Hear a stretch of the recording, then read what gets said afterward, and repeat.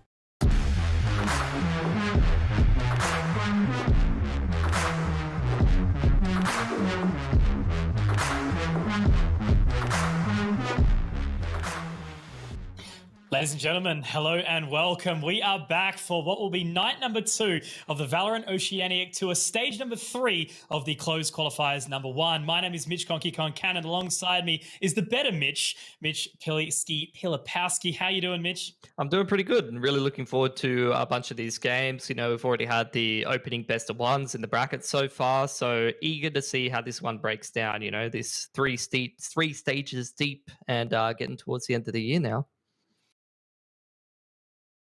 Absolutely. You know, we're really into the thick of it now. We've seen over the last 2 stages of the qualifiers and, you know, moving closer to the air, we'll obviously start to see those teams get that international opportunity. But if you guys aren't aware of what we have been witnessing over the last little while, I've got a little tournament explainer for you. Welcome to the VALORANT Oceania Tour, a year-long tournament where the best players from Oceania battle it out for cash prizes, a place in the North American VALORANT Champions Tour, and a shot at the global title.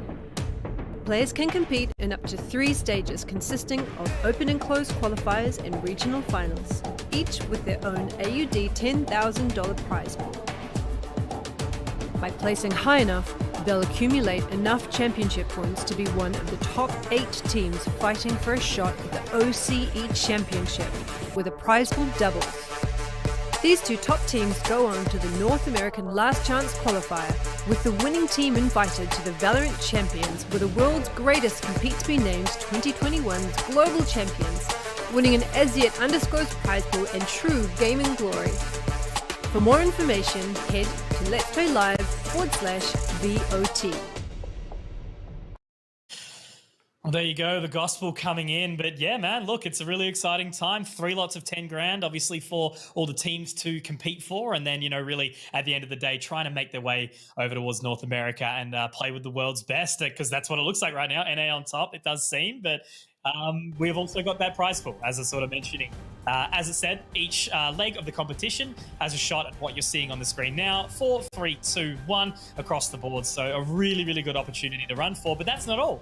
We actually do have the Vodafone MVP award as well, which will be sent through to obviously our individual high performers. So I think, in a team game like Valorant, still very important to reward that individual play as well. But, moving into stage number 3 right now, you have close qualifier number 1. We've already had our teams that have made their way into this leg. It's an interesting one because we've had a few roster swaps and a bit of changes coming around the industry at the moment. Yeah, it kind of creates a little bit of a shake-up, to be honest, in terms of the whole competition and the way that I think it's going to break down. We've got a lot of up-and-coming players as well that are starting to, get their foot in the door, as it were. Like you said, a couple little roster swaps among a lot of these very, very quality rosters. So it's going to be interesting to see how it all breaks down as we head towards the tail end of the year, as the tournament explainer was saying, that we've got a couple of slots up for grabs. I think one of those is pretty solidified in my opinion, but the other one, it's pretty up in the air, man. It could really go any which way at this point. Absolutely. And even that slot, that's had a roster change as well recently. So we'll see a little bit more of that tonight. But let's actually look through what we did see yesterday. The very handsome Tony and Digital did take you through 4 best of ones, which we're seeing on the screen right now. I was talking with you earlier, Mitch. I felt like, roughly business as usual, but business as usual in a completely different sense. Mindfreak and Wildcard dropping those matches to both Peace and Straight Out of the Zoo. We know Peace obviously has been, really working on establishing their roster at the moment, picking up Vronsky recently, who's done a fantastic job. And, that's where we're going to see those changes tonight in Mindfreak and Wildcard. We're seeing Fer come back into the fray and also seeing Sign from, join Wildcard. So definitely some interesting changes. But best of ones, plenty of things can sort of happen at the start of the competition. Yeah, I think this is basically the downside of best of ones, that you only need to take one map to be able to get that upset. I'd really like to see a roster like Peace take the whole best of 3 off Mindfreak, although later on we might see that be a bit more of a possibility. Also the Straight Out the Zoo upset. I mean, it is no doubt in my mind that a team like Straight Out the Zoo can take maps off of Wildcard, off of some of these better teams in Oceania. My question is the consistency, and I think that's the downside of a best of 1 format. Not to mention, though, that later on, as we get deeper in towards this tournament bracket, and tonight included, we're going to have these best of 3s back again, I believe. So a bit more of a return to business as usual, just trying to tighten up the schedule with that initial opening game. Yeah, absolutely. It's basically just sort of that 4 lots of chaos on the opening night. But a massive shout out, obviously, for the homies for bringing that one through yesterday, and it was really, really cool to see. But look, rolling into tonight's games, it should be a couple of interesting ones, and I'm happy, as always, to be the first guy to admit this is a team that I've not casted in the past. August versus Mindfreak will be the opener of the evening, and as we're sort of talking about, right, Mindfreak's had a little bit of a change and bringing in a familiar face, I guess we could see. So rolling into that next game, of course, as well, Villains versus Wildcard. Similar story. Villains I have had a chance to look at before, I think actually alongside with yourself and obviously Komodo through some other competitions. That's, I guess, kind of a bit of a change from Tyrant was their former org, and only seeing a couple of little changes. And then Wildcard, similar thing. They've actually brought on, I guess, technically lost a player and brought in a new one. So lots of chopping and changing right now. Yeah, I don't think I've had a chance to cover Villains just yet, but they've had some pretty decent results. They're starting to, get their foot in the door in terms of getting through this open qualifiers a little bit more consistently. Obviously played in Rising Heroes, I believe, with that roster. So you're seeing these guys crop up here and there. They're one of these teams on the rise that are looking for improvement. And here's another opportunity for them to test their mettle against some of the best Oceania has to offer. Yeah, absolutely. Well, let's use that time right now to actually dive into the rosters of our opening match. Let's check out Augless, of course. So as I said, these are a bunch of guys that I think I've seen in some pugs here and there. I do definitely remember seeing the name Cream in the past on some Twitter clips and some highlights and things like that. But Nameless, Toxic, Xenix, Iron, and Cream, really intrigued to see, what their structures are like, what they sort of pick into their agents. Clearly, they've made it to this leg of the competition. And in open qualifier number 1, there's some fierce competition as well to get to that first close qualifier? Yeah, so to break down the team a little bit, just going through some of their games and the statistics, I think Cream is going to be their main duelist player. You see him mostly on a Jet or a Raze. Toxic seems to be the man who's playing that Sentinel role. Nameless seems to be the man who's playing the Smokes role most often. And then between Aaron and Xenix, they're kind of changing up their flex agents. I think Aaron's going to be a bit more of that, I guess, like Peck style, I guess you call it, where you're going between like Sages, Razors, and things like that, whereas Xenix is a bit more on the supportive side of playing mostly Sova and Breach. I'm seeing back through their last couple of games, but you never really know with a team like this. They might change up their roles depending on how they're feeling on the day. Let's see if that does prevail through.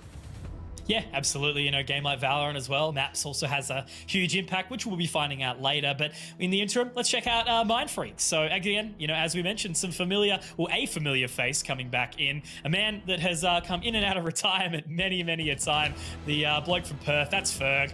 Got to bring a lot of experience to this roster as well. Whether or not he's picked up the IGL role, I would gather that would be the case, bringing in his wealth of knowledge. Across the board, though, we've got Watt, Norson, Scroll, and Pex. As you mentioned, Pex, sort of that duelist flex, seeing him pick up the Raze, the Reyna, and ultimately I think he's been on the Sky a little bit lately. Scroll, usually your Sentinel. Norson, fantastic player as well, and also Watt, who's typically sort of on the Smokes. And this roster is one that really has been looking to set themselves, as you mentioned, for that second place, but hasn't been able to fully get themselves like that arguable spot as of yet. Yeah, I think they've actually kind of taken a bit of a backward step in terms of this crisis of having a fifth player. I'm not really sure what Ferg's capacity is in this team. In my opinion, I'll just be real, because I'm a fan of all of these players, and I think they're all quality players and could be part of a winning squad, all 5 of them. But I just feel like this team doesn't really make sense right now, to be honest. I think you've got too many supportive elements. I think they're lacking a little bit of firepower. They need that player who can pop off a little bit. So for me, Mindfreak is a team where in this game, for example, they're going to have more than enough experience and firepower to deal with a team like Auglis, but I feel like they are a little bit of a step behind the rest of the competition, and you're seeing that in their recent results as well, with losses to Bliss, Peace, and Wildcard. Yeah, no, absolutely. So big statement that they sort of do need to create for myself. And also, my mind, Scroll is the Sova player. Just re-kicking that one back into my brain. And now thinking back onto what we've got. So we've basically broken it down with Pex and R and looking at Duelist Flex. Yeah, just to pick up on what you said, Scroll was actually playing Killjoy the last time that they played Auglis on Breeze. And actually with Ferg in the team, there seems to have been a bit of a shuffle around in some of the roles, like you see Norson even on a duelist. So I feel like Mindfreak is trying to get comfortable. A man who doesn't seem to need to get comfortable, though, is Pex. This guy plays probably the biggest agent pool out of the whole Mindfreak team. Even when they were on top, this man was playing like literally every series, 3 or 4, different agents, depending on if it was best of 3 or a best of 5. So very, very flexible man, and a very, very big asset. Obviously has a lot of experience going back to Counter-Strike. And another Counter-Strike player coming over, I believe, is Aaron, who I think he was floating around in the Counter-Strike scene a little bit for himself. And he also plays a similar kind of role where this man is kind of flexing around on a couple different agents between Sage, Raze, and Sky, at least in the last couple of series that I'm taking a look at, and he seems to be performing pretty well. Yeah, no, fantastic. And that's what it's all about. These events are always going to sort of pull the attention to some of the newer blood on the block and really start to nurture that development. I suppose, we get to see them understand what sort of agents that they can flex into, how the maps play out. And speaking of maps, that's what we can actually start to look at right now. Haven't checked this one as of yet, so why don't we do it all together? So, okay, bit of a ban for Breeze and Haven. Breeze still obviously relatively new. I'm noticing a fair few teams pick it up as of late, but that means that we get the other end, which is going to be Ascent, Bind, and Icebox, which, I'm always happy for a bit of Icebox, Mitch, if we do manage to get to that third map. Yeah, so this is going to be a bit of a spaghetti map pool for Auglis in particular in my mind, because actually the 2 maps that were played in the last series, these 2 teams played against each other, which was how long ago? 2.5 weeks ago, was actually Breeze and Haven. And those were the only maps that were played. And they both get banned out in the first stage. And we go Ascent, Bind, Icebox. It's interesting that Mindfreak takes away Haven. They've shown a willingness to play it for quite a while, but they're choosing not to play it in this series. Maybe that's because it's an underdog opponent. So we got a brand new map pool between these 2 teams, so there's not really a whole lot to go off. But the last time that these 2 teams did play, it was 13-9, 13-8 in the favor of Mindfreak. So we'll see if we end up with a similar result on a different map pool, or whether a bit of a shake-up is going to change things in terms of the results.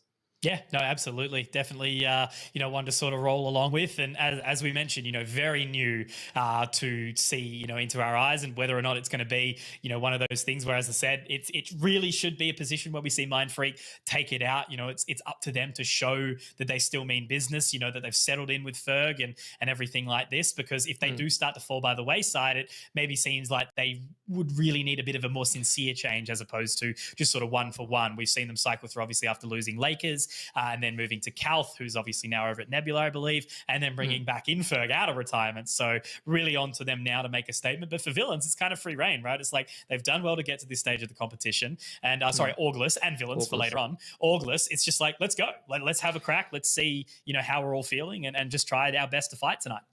Yeah, I think if I was to frame the storyline of this matchup in particular, it's a team like Audlis who have already taken maps off straight out the zoo. They played a couple of these top teams in this competition a little bit, hitting their skill ceiling in a way. Although they have shown that they're good enough to take a map off straight out the zoo, push them on some maps, and also take a series over Nebula. So this is a team where they're able to toss it up in the tier 2, 3 competition. In my mind, like if I'm thinking about tiers in OCE, I think it's just orders in their own tier, and then you've got like a bunch of these teams sitting around tier 2. So these guys probably sitting somewhere in tier 3.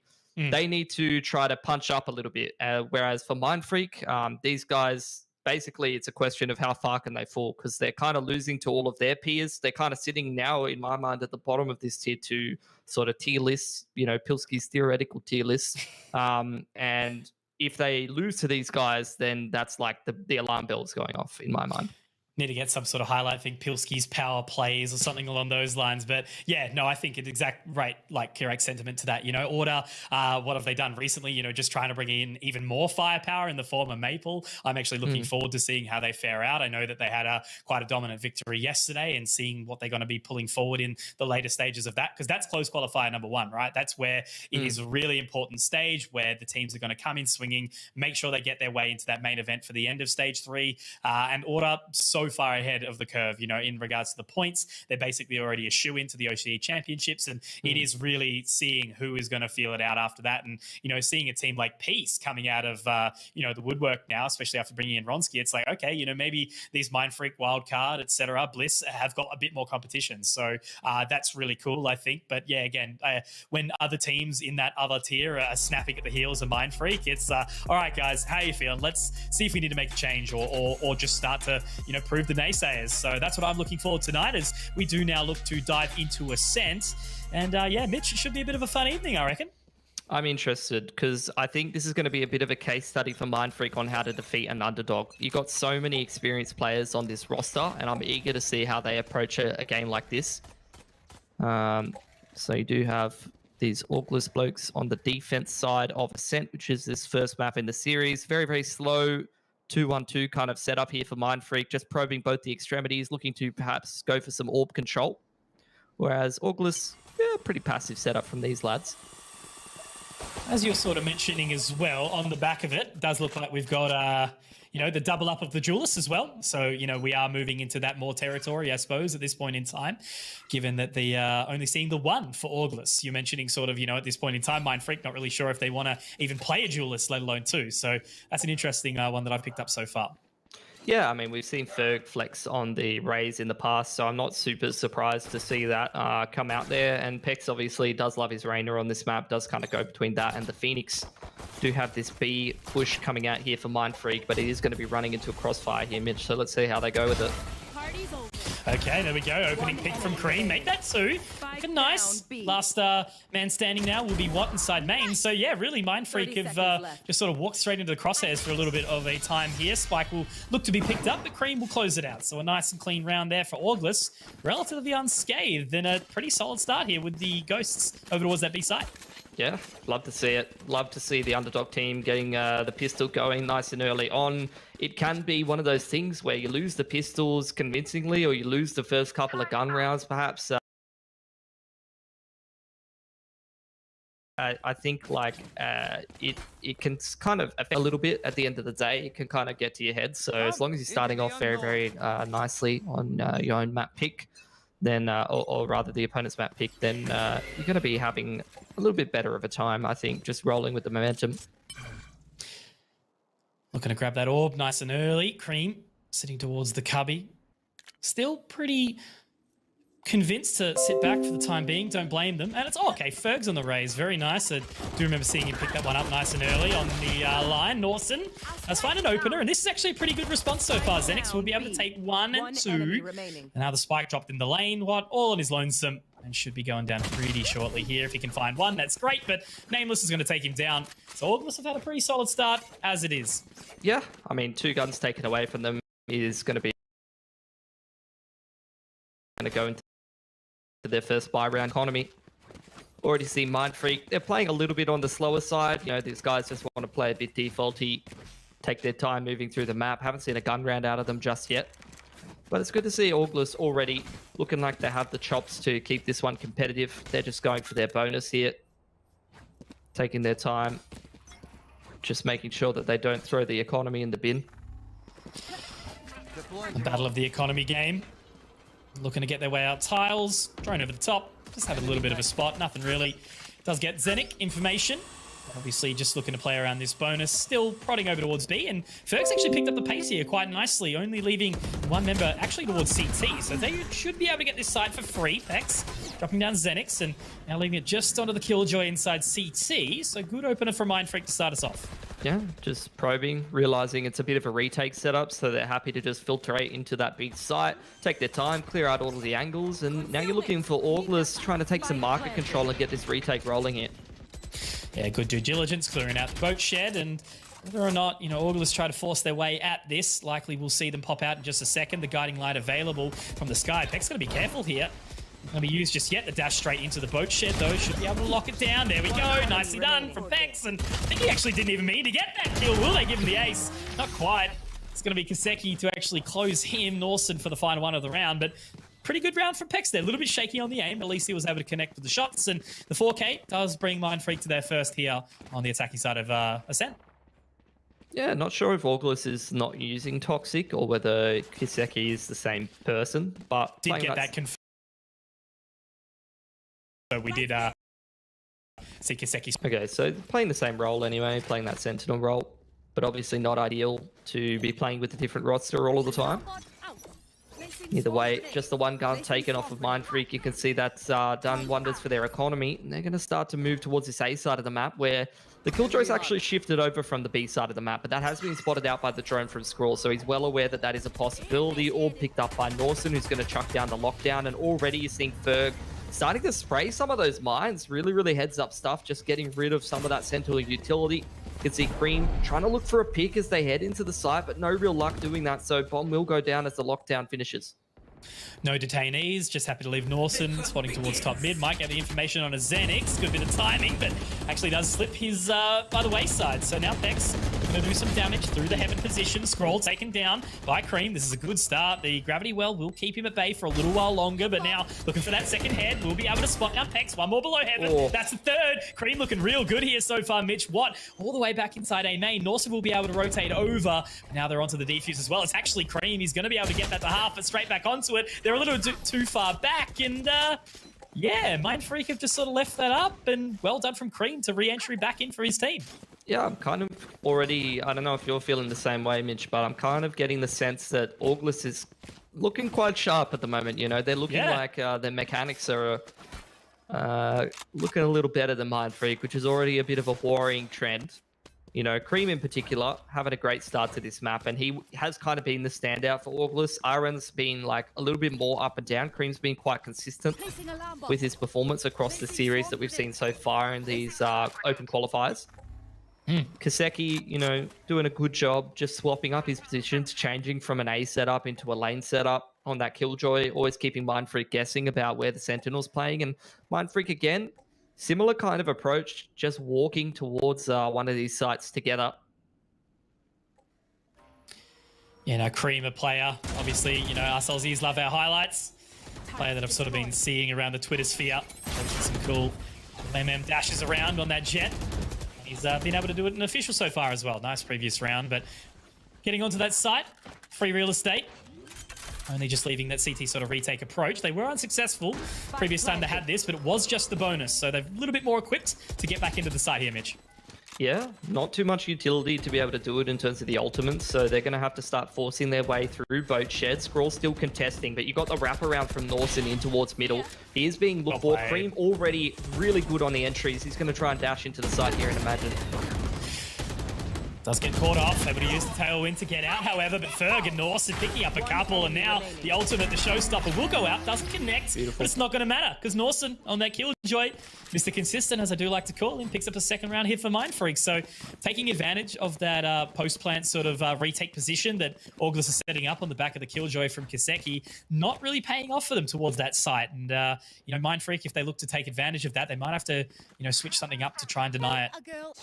It's just a good wrap from Norson. They got into the site with so much time. It gave him the confidence to be able to wrap through from that mid side to market. And he had a great timing as well. You could see Zenix was kind of looking for him on the Sova, but didn't quite have the timing there correctly. Cute little play here. Going to try and dart the back of B main and go for a bit of a spam. Love it. You do have the dash in from Cream, getting a little bit of damage done. There's the scan from the dart of the Sova. Does confirm all of these Mindfreak players in position behind B main. And now we're going to get Mindfreak.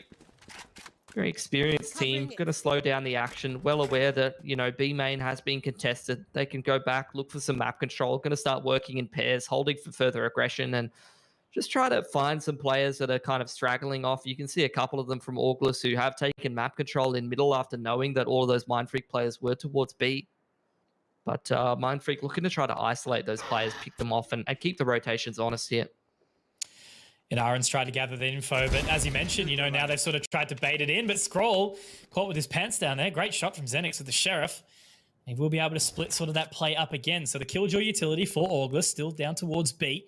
Looks like we are going to see some mid control be taken now. Watt with the spike in hand, looking to get in towards the tiles, but does appear that it's going to be a little bit of a take up towards short. Information off the Sova dart will be damaged quickly. Ferg able to get that trade on a Nameless. So back to a 3-on-3, but they're actually going to head over towards B now. Very big switch up. Yeah, you do still have a whole bunch of Killjoy utility there as well. You've got one of those nano swarms on the plant. So can potentially delay that a little bit longer and allow time for the retake to come in. You've got the Sova ultimate as well. Only 14 seconds, so this could actually be dangerous. If the plant gets delayed with that nano swarm, and then you have the Sova ult come in, this might just be round over. There's the ult from Zenix. Actually on target here. He's going to be able to... Oh, no, not quite. I thought he was going to be able to delay the plant just in time, but unfortunately just missed the timing. Either way, though, 3v2 retake here for Orkless. Very well done to, you know, deny that one almost. And now the information gathered. Great shot from Kiseki, all onto Ferg, and he's down to 38 points of HP. Very, very large task here onto the other side. Gets a spot on Kiseki, but has to move around. And in the end, it's going to be Aaron. So that's a fantastic round from August, able to adapt to Mindfreak's change-ups really quickly.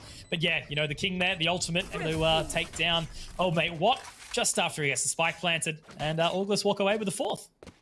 Really nicely done. That's going to really put a spanner in the works for Mindfreak's economy. You can see they're going to be able to buy up, but unfortunately have to go through the majority of their funds just to be able to invest in this round. So this could be another kind of swing round for August. They've built up the loss bonus here, Mindfreak, but August can try and reset the money here, put them onto an eco and start to take control of this game. Another bit of a difference maker in is obviously the op in the hands of Cream. You do only have the Rainer eyes, so not too many flashes here for Mindfreak, and only really the Sova is the main agent that can kind of push him off some of these angles. Good movement from Ferg, though, to just dodge that op shot, and looks like Mindfreak trying to go for a bit of an A split here. That's why the Rainer eyes not really effective against the operator. Oh, and the utility as well to force him off. Ferg's already all the way up short. What's going to be able to destroy the Boombot as well as he makes his way up. Now Pex with the additional Leah. That's going to look to force Cream off the line as well. That's the thing though, right? You know, you see all these complaints about the operator being busted, but with good use of utility can do a lot of work here. Narrowly misses another shot. The gravity well is going to keep him at bay. Wow. And look at the ultimate to come out from Scroll as well. This is perfection from Mindfreak. Nice and clean. Nameless in the corner though. I haven't actually checked it, Mitch. Haven't cleared it. What now from A main? We'll be able to pick up another. Pex on the site, but Nameless. He went huge in this round here to bring it into the 1-on-2. Kiseki looking to walk around.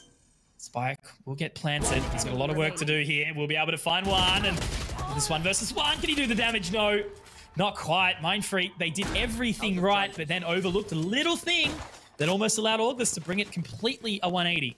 That's a beautiful thing about Mindfreak, especially with the addition of Ferg. Like, you'll see their utility just win them rounds. They know how to bring the best out of their agents. Just the nano swarm to push that short line, like you were saying, you know, the utility, the gravity well in combination with that Sova ultimate. It's just so sweaty to play against. You'd hate to be a Jet player going up against Mindfreak. That's a good round for Mindfreak to win though, but their money is still a little bit sketchy here. Auglis on a bit of a half buy, looking to do some economic damage, and the name of the game here for Mindfreak is really just try to win a round with 3 or 4 players alive.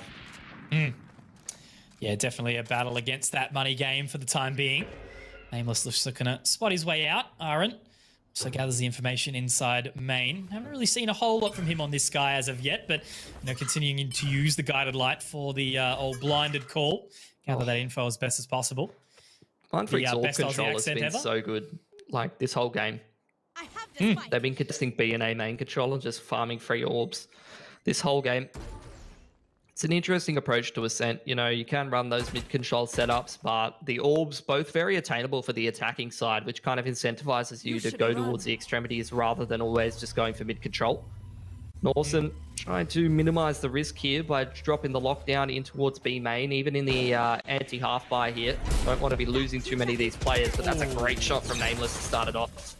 And straight into those nano swarms as well. Very good hold, even though it is a little bit more passive once more, you know, playing that B retake. Spike now looking to be planted by Watt, and they've got to sort of set the post plant here quickly because Cream is on the flank. It's already getting a bit dicey. Already losing a couple too many guns for my liking. That is some really flicky aim from Norson. You absolutely love to see it from the man. He's kind of been the standout for Mindfreak in the last little bit, in my opinion. Absolutely, certainly a fantastic player and looking to push their way back in as well. Kiseki will be able to find one, but Ferg from main gets 1.5. Aaron to pick up the opener as well, so still into a 2-on-2.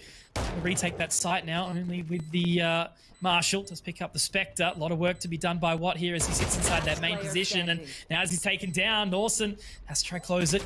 Landed in that corner. He's going to go for the spray and not quite connect. A little bit dangerous here. He might be taken down unless he goes for it. No! Norson might be able to get it done here, but the timing doesn't favor him. No, it does. Oh, man. That round was tight. I mean, it's not what Mindfreak wanted. End of the day, they're going into a half buy with no money in the bank. They picked up another round, reduced their loss bonus, and they're going to have to invest every dollar that they have into this round. It's going to be pretty much bankrupt, and this is where Auglis, they're picking up the loss bonus. They're getting a lot of economic damage done. They've got a couple of ults in this round. Same thing for Mindfreak, though. Pretty close to the showstopper. You've got 2 Cosmic Divides available, and you've got the lockdown for the retakes on Kiseki. So this round could get a little bit dicey.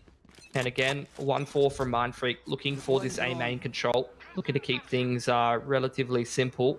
Again, Skrull been doing great job on the drone, just spotting the position of the Killjoy, and actually Kiseki, all of his utility just taken out of the equation because Ferg catches him off the timing. Yeah, that's it. Now they can run straight through without having to worry about any of the nano swarms or the turret. They can just roll into the site. But yeah, you mentioned, you know, Skrull, fantastic opening for the team once more, and now they can look once more to set back, jump into main. Look to hold it down for another time. Stars go up, looking to use the Nebula's stilt. Also another gravity well on the site too. Aaron looking to spot some info. Zenik does find one, however. And they still start to walk their way back onto this site. Yeah. Got this hell and main set up here. The birds going in, just clearing out Gen. There's the drone in, and all these birds actually not clearing hell effectively enough, so they're not sure that Mindfreak are in this position. Just does get checked by Iron, though, as that tap comes out on the plant, but the utility too good for Mindfreak in combination with the crossfire. Until a couple kills come back from Auglis here.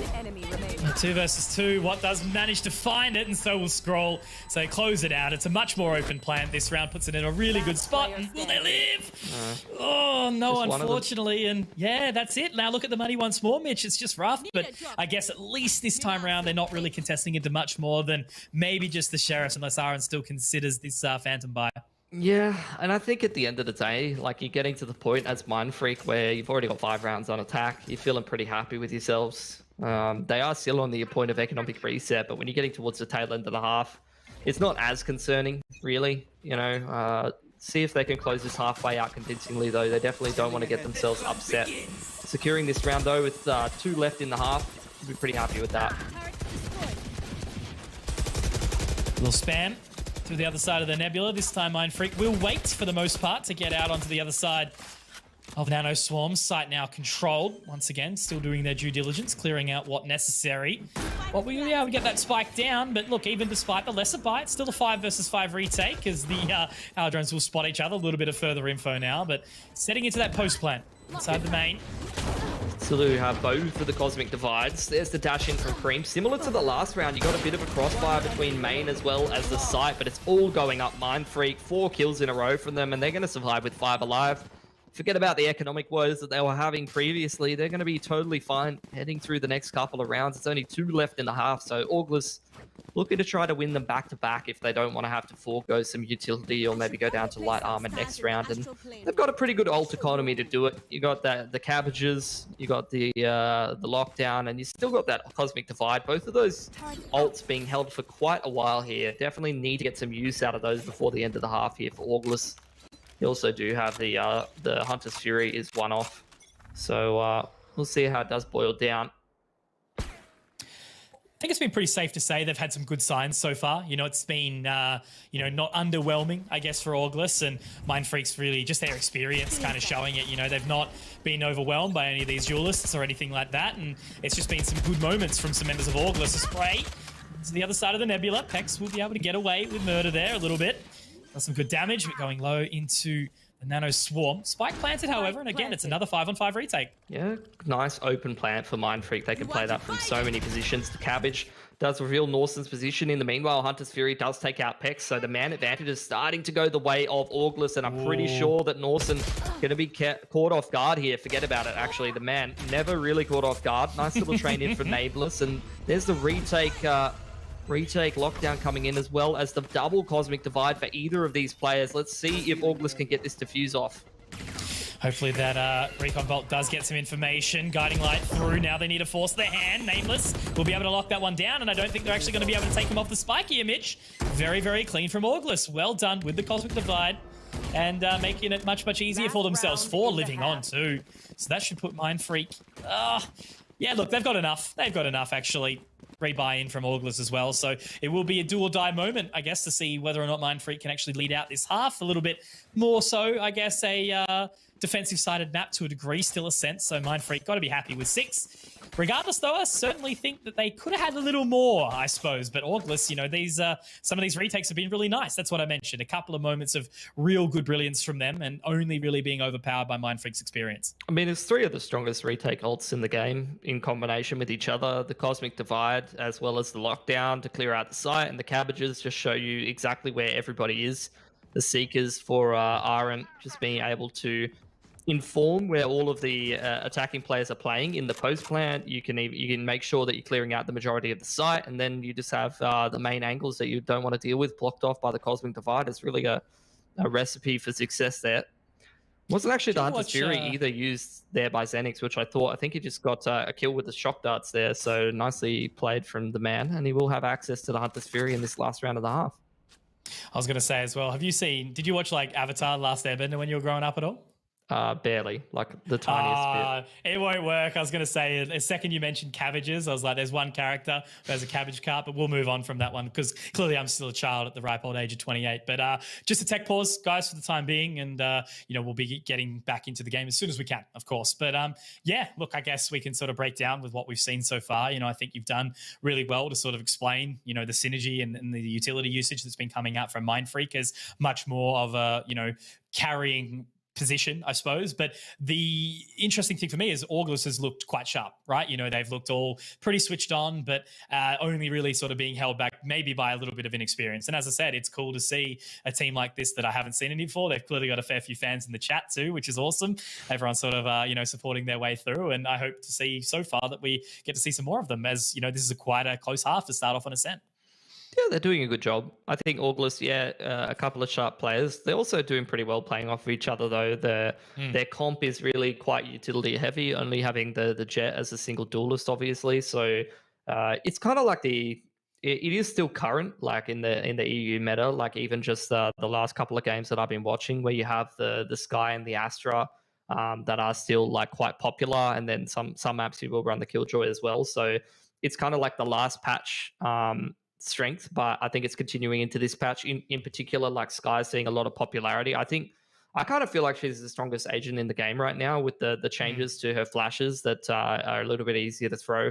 And also there's just not many agents that have like 6 alt orb ultis anymore. I think it's only Sky and you got the Cypher, the Sky, and the Phoenix. So Yeah. I think Cypher, obviously his ult's like a little bit of a meme. Like it's all right, but it's not super impactful. Whereas the Sky, you know, the Seekers can really, really inform your decision making. And for only 6 alt orbs, if your orb control is solid, you know, you can get a couple of those a half. Yeah, for sure. It's interesting. Hey, I remember like when I was reading the patch notes initially, I saw how Breach's Aftershock will pulse 3 times now. I thought that was Cypher's ult that would pulse 3 times, which would make a little bit more sense maybe. I mean, maybe that'd make it overpowered. I don't know. But yeah, it's been interesting to watch all the changes given those nerfs, especially even just in matchmaking, which I've been dabbling around in a little bit. And also, Platinum harder than Radiant. Trust me. No, I agree with you. I legitimately agree with you, you know. I've been subjected to both skill groups, and I have to say some of these Platinum players are pretty cracked. Either way, though, again, another contact beat from Mindfreak. You do have the lockdown coming in. The Hunter's Fury not exchanged because the Sova's all the way towards that A side of the map here for August. So looking to try to get this retake kicked off in a little bit. For the time being, just giving up this site, delaying Mindfreak with the Killjoy utility for a little bit longer. Spike will start to go down here, and August starting to go back towards A. I think they thought it might have been a fake, maybe second guessing themselves a little bit, bit of miscomm, and now starting to get this retake going. Once again, another 5-on-5 retake. We've actually seen a fair few of them. Now Scrawl looking to gather that info. We'll be able to tag up Xenix, and that's going to force them really back into the corner as well. Nothing they can do there on that angle in towards CT. And now Pex holding from the lane. All members start to make their way out. Now Cream dropping into the cubby will be taken down. Pex using that dismiss on the way around, but Nameless makes his way through, picking up a couple of frags, and now spotting over towards Scrawl. But Norson inside the main position will be able to make quick work of 2, and Scrawl to close it. Mindfreak gonna stop themselves in with 7, and that was a much more convincing defense of the site there. Yeah, I think we're seeing some good things from August, but that indecision, the miscommunication, that's a sign of a bit of an inexperienced team, maybe not being as on point as they needed to be. Burnt an extra 10-15 seconds off the clock when they were already looking a little bit late on the retake to make that round competitive. So unfortunate. Now they're going to move over to their attacking side. Let's see what they've got in store for us, because defense looked pretty good. You know, they're looking competitive, they're looking strong, getting a couple of big plays coming out. But it's a whole different beast on the attacking side, especially against a team like Mindfreak, where they're running this comp. Like, this is a nightmare to attack into. You got the Astra, the Raze, like Sova, as well as the Killjoy. Like, in combination with Pex, who I imagine is going to be walking around the map looking for opening picks. You know, you're going to have your work cut out for you here. And just looking at what August is doing, was kind of wondering if we're going to have a bit of a dead round here, or whether they're just having a bit of a chat. Not sure. Yeah, taking their time. Now waltzing over towards A little bit, reconsidering, however. I'm going to send that spike back through spawn. But yeah, I think, you know, you're exactly right in the sense it's been nice to watch August how well they've done in this part, and certainly making it competitive, because it was one or two things. You know, I always sort of felt like Mindfreak could either absolutely roll over and stomp this one, or otherwise we might have actually seen a little bit more competitive. But yeah, a little bit of misutility. Yeah, we see it from time to time. This attacking pistol round is looking very scuffed. I'm not going to lie to you right now. Like, I keep it real, Mitch. We've seen the Trailblazer and the drone be used with no real, like, nothing really being gained. Then you see that dart completely whiffed. They're looking very indecisive. There's 40 seconds on the clock. They've got very little map control. There's not really a whole lot going on. I'm getting extremely worried here for August. They look very disjointed. Yep. And I'm seeing in the chat, potentially this isn't the full roster, which I guess would make sense. You know, we've obviously got that sub as well, but you're exactly right. They need to get a wriggle on. Look at already this stack up from Mindfreak 3 on the site. And whilst they do get the stars down, Ferg is going to be sitting up on that close angle. Gravity well straight in on down. This is just a round done. There's nothing they can do here at all. No, and that's what I'm talking about. Mindfreak, like, you can't afford to be spending like a whole minute doing relatively nothing and throwing away a whole bunch of your key pieces of utility without anything gained. Like, you're going to be punished for that. You can't just contact out a main with like 10 seconds to go against like this team. Like, you got like, look at the agent lineup. You're going to run into Killjoy setup. You're going to run into Gravity Wells. You're going to run into Raze Nade. It's going to be a nightmare. So need to get their ducks in a row here, because August, they lose that pistol. Now they're going into an eco round. If they don't get this next gun going for them and don't start to punish the bonus, then I'd say that their hopes of ascent are starting to fall by the wayside a little bit. And look at that paint shell straight into tiles, really, really hurting. And now they do make their way through mid, looking to spot into market very quickly. But Norson, he's going to be ready for that one immediately. There's the Nano Swarm, there's the Spectre. Should be an easy mop up for him here inside the market. Unfortunately, they haven't got their $8 bread, and they've just been sent home with a glass of orange juice. Well, nice little cleanup there for Mindfreak. Do have 5 alive for them. So they got plenty of money. They can buy themselves a nice orange juice, the one that comes in a carton with the pulp. Yep. The Like good freshly stuff. squeezed. That was what I saw. I remember a little while ago I went and saw a comedian and he said, like, what are you guys doing in lockdown? And, you know, can't really travel anywhere, can't really do a whole lot. He goes, I went from tip top to $8 sourdough bread. That's where I spend my money now. No longer that $2 loaf from the store. Dude, I lost my mind because it was like, that's me. I mean, I feel like I've always been like that, to be honest. Maybe that's like me showing my privilege a little bit, you know. Ahead of the curve. I'm ahead of the curve? I don't know if I'm ahead of the curve. I've kind of just been on the certain part of the curve my entire life. So, you know. A man of culture. Yeah, I'm waiting for things to inevitably come towards the downturn. I've peaked too early here. Ferg, someone not peaking too early, as he's got full A main control. He's got an operator as well on that raise role. So old man using the point and click gun, trying to make things easier for himself. Just, you know, post on an angle, click the big zoomy gun. Also noting as well, you know, the our drone once more, not really gathering a whole lot, not really, you know, having anyone walk in with it. It's just sort of dead utility being sent out. But Pex does overstep, walks straight into the crosshair of Cream. So well done from him there. And now they do look to split their way towards this side. But once more, you know, Norson, he's always, I just felt like, you know, being the backbone of Mindfreak, and with all his utility set down, Scroll is going to have to reposition. The Nano Swarm will force them away from a little while, but now they do start to make their way in. Scroll is ready for it, and oh man, gets the job done with the LMG nice and early, and Norson does some extra damage too. Ferg misses the shot, however. It's all on a Scroll and Norson sitting on that side. Make it just Norson. How long can he hold on for here? 14 seconds. They need to get into the side, but it's going to be a good shot from Kaseki. So that is just a bonus. Not really a whole lot to be sort of worried about there, but now look, well done from August. They managed to, you know, at least give a measured attack on the site and take down the members accordingly. I mean, we call it a bonus, but Ferg literally just bought an operator, which is an interesting one. Good point, yeah. I'd love to hear his thinking behind that, to be honest. Like, I wouldn't. I buy op. Me go shoot. Look, I think Ferg's a little bit more thoughtful than that, you know, but So maybe it do is I. that simple. Maybe it is. You never know. Either way, though, here's the first gun round. Good opportunity for August to continue to get themselves into this game. That's a great spam from Watt. Just this A main control being very oppressive. August doing a decent job of trading this out. Drone comes in here for Xenix, and Watt's going to get away mostly scot-free. You know, he lost 2 teammates, but this is where August actually a move like pushing catwalk here could be exactly what they need to get back into this round. Watt's still contesting wide, still biding time. This is where Norson and Scroll can come into the equation and try to get something done here, Mitch. Yeah, looking to walk their way through as well, just onto the other side. The Cloudburst will isolate the vision for now. Watt, though, they seem to be somewhat aware of it. Norson, though, good shot onto Aaron, taking him quickly down, and despite chucking the shock dart down, doesn't actually clear out the position. So it's all in the Cream, 1 versus 3. Spike still dropped. 45 seconds, so I guess winnable. Does find a pick onto Norson there, but, you know, with that Spike's position inside A main, look at the space that Watt's actually created. Scroll walks into the site, though, but he will be taking down Cream with him. So Mindfreak have really started to take this away, and August, whilst they've found some good frags, I guess they haven't shown us any sort of real convincing nature that they've got a comeback in them. Yeah, you know, I'll still give him one more gun round, but it is getting worrisome, I'm not going to lie. And, you know, it's not about number of rounds, it's about the fashion at which the rounds are happening. Like, there just doesn't seem to be a cohesive game plan for August on this attacking side. And I think that kind of indicates perhaps a bit of a lack of leadership here, a bit of a lack of getting the boys on the same page, a bit of a lack of preparation perhaps. which is not too uncommon of some of these teams that lack a bit of experience.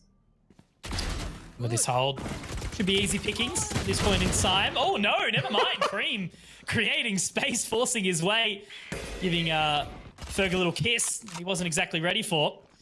Scroll to the other side now, has to try and lock down this site for as long as possible. With Killjoy being taken down, there's no extra utility. Kaseki, great trade onto Nameless. Now they're going to be able to find the site nice and easily, so they do get this planted, but the other two are heading in on the pincer approach. We got a lockdown here as well for Kaseki. I'm keen to see if the man's going to invest in. You got the Trailblazer up the left side. You got it. There's the lockdown in the back of the site, and Mindfreak got to decide whether they want to commit in or wait it out. They are going to wait it out here. You do have that Nano Swarm towards one of these sides in combination with the Alarm Bot as well. I think that was taken out though. Was shot. Now here's the retake here for Mindfreak, taking their time moving in. Got to go quickly now, pick up the pace. Nova Pulse into the back of sight will give a little bit of extra damage, but Kaseki, he's been locking this down really nicely. Pex has to make the right choice, but Kaseki, the man, the myth, and potentially even the sub, closing it out on the Killjoy with a 4K. Huge round from him. Yeah, absolutely massive.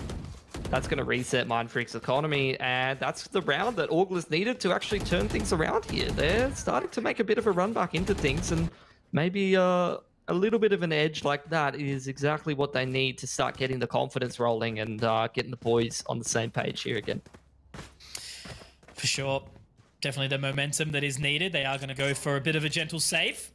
So time to think, time to decide. Maybe try something a bit different, get aggressive. A gentle save. I love that. It's like a gentle kiss from Papa. Yep. It's exactly what everyone Papa, needs. he got your back. Yep.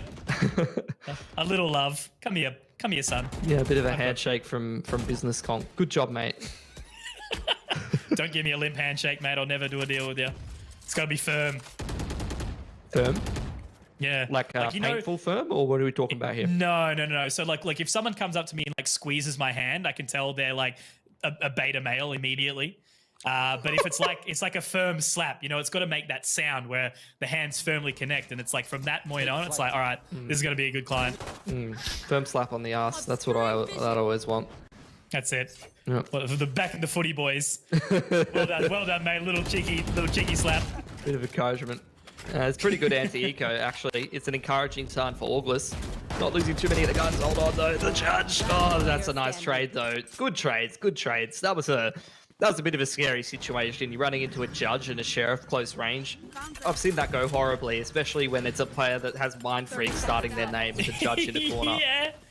I think Lakers still has the speed run for the world's quickest ace over towards that A main position from back in his heyday. Watching him use that thing was terrifying, but now Norson, I guess, you know, he's been given the Phantom here, and he does have the lockdown available. It is a big task. Nose Cream is in position. That's going to hurt him a lot. Does have to utilize the tail in the updraft, but it is a good swing in. Nicely done as a team there. The double swing and not giving Norson the opportunity, because, yeah, if he got that kill, you know, was able to walk out unscathed and then use the lockdown, could have been a different story. Absolutely agree. You got decent economy built up. They dropped a couple of guns, though, so that's where some of these boys looking a little dicey, but we got some good ults here. You got one off the Cosmic. Got yourself a Hunter's Fury, got yourself some cabbages. Almost 5 ults for Mindfreak though, so you got your work cut out for you here. If you're Auglis, want to see that Hunter's Fury to deny the lockdown. See what their approach will be here. This is the kind of round where I'd really like a more defaulty round where maybe you try to force the site execute just to try to bait out some of the ults, try to bait out some of the utility, and try to have some solid contingency plans set up as well. So far though for Auglis, I feel like they're a little traumatized from some of these map control Mindfreak's been running in the earlier gun rounds. You can see them really taking their time here. They don't even want to touch any of the extremities because they're really sick of Ferg and Watt just getting in their face a little. So happy to give plenty of time. Ferg just sort of jump slotting, seeing if anyone does move over towards mid. Has happened, a couple of rounds, you know, looking to sort of make their way into market, but not really taking that control, then slowing down. But now the utility will start to come out. However, Scroll, poised as always, does manage to connect that opening shot onto Nameless. So that's actually going to force the way to throw the old cabbages out towards B and try and take the side accordingly. But Norson does have his utility set, and he's also going to be able to find that opening frag as well. He is so good on this agent. I'll give you a free play-by-play. Next big play that Norson makes, you got to say Norson is awesome. Okay. Okay. And we'll post it on Twitter, and we'll say good job. We'll see God if this bless. retake's going to be good for Mindfreak though. Does seem pretty decent. They got those man advantages. Good trade in.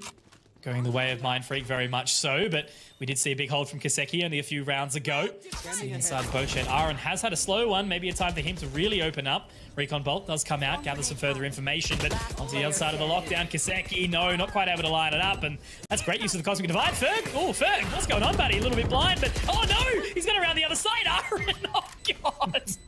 Dicey, but hey, they got the job done. Very, very dicey. Hang on, did they? Yes, Yeah, okay. Oh, yes, okay, yes. never mind. Okay. Nothing to worry about. Don't panic.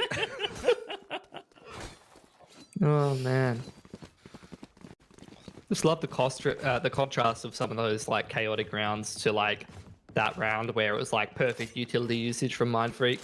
It's like that's what I expected them every round, and it's so unrealistic. See how they do go though. This is going to be an important one. This could be Mindfreak closing this map out here, putting their opponent on a half buy, or this could be August getting their foot back in the door here and trying to get up towards those double digits.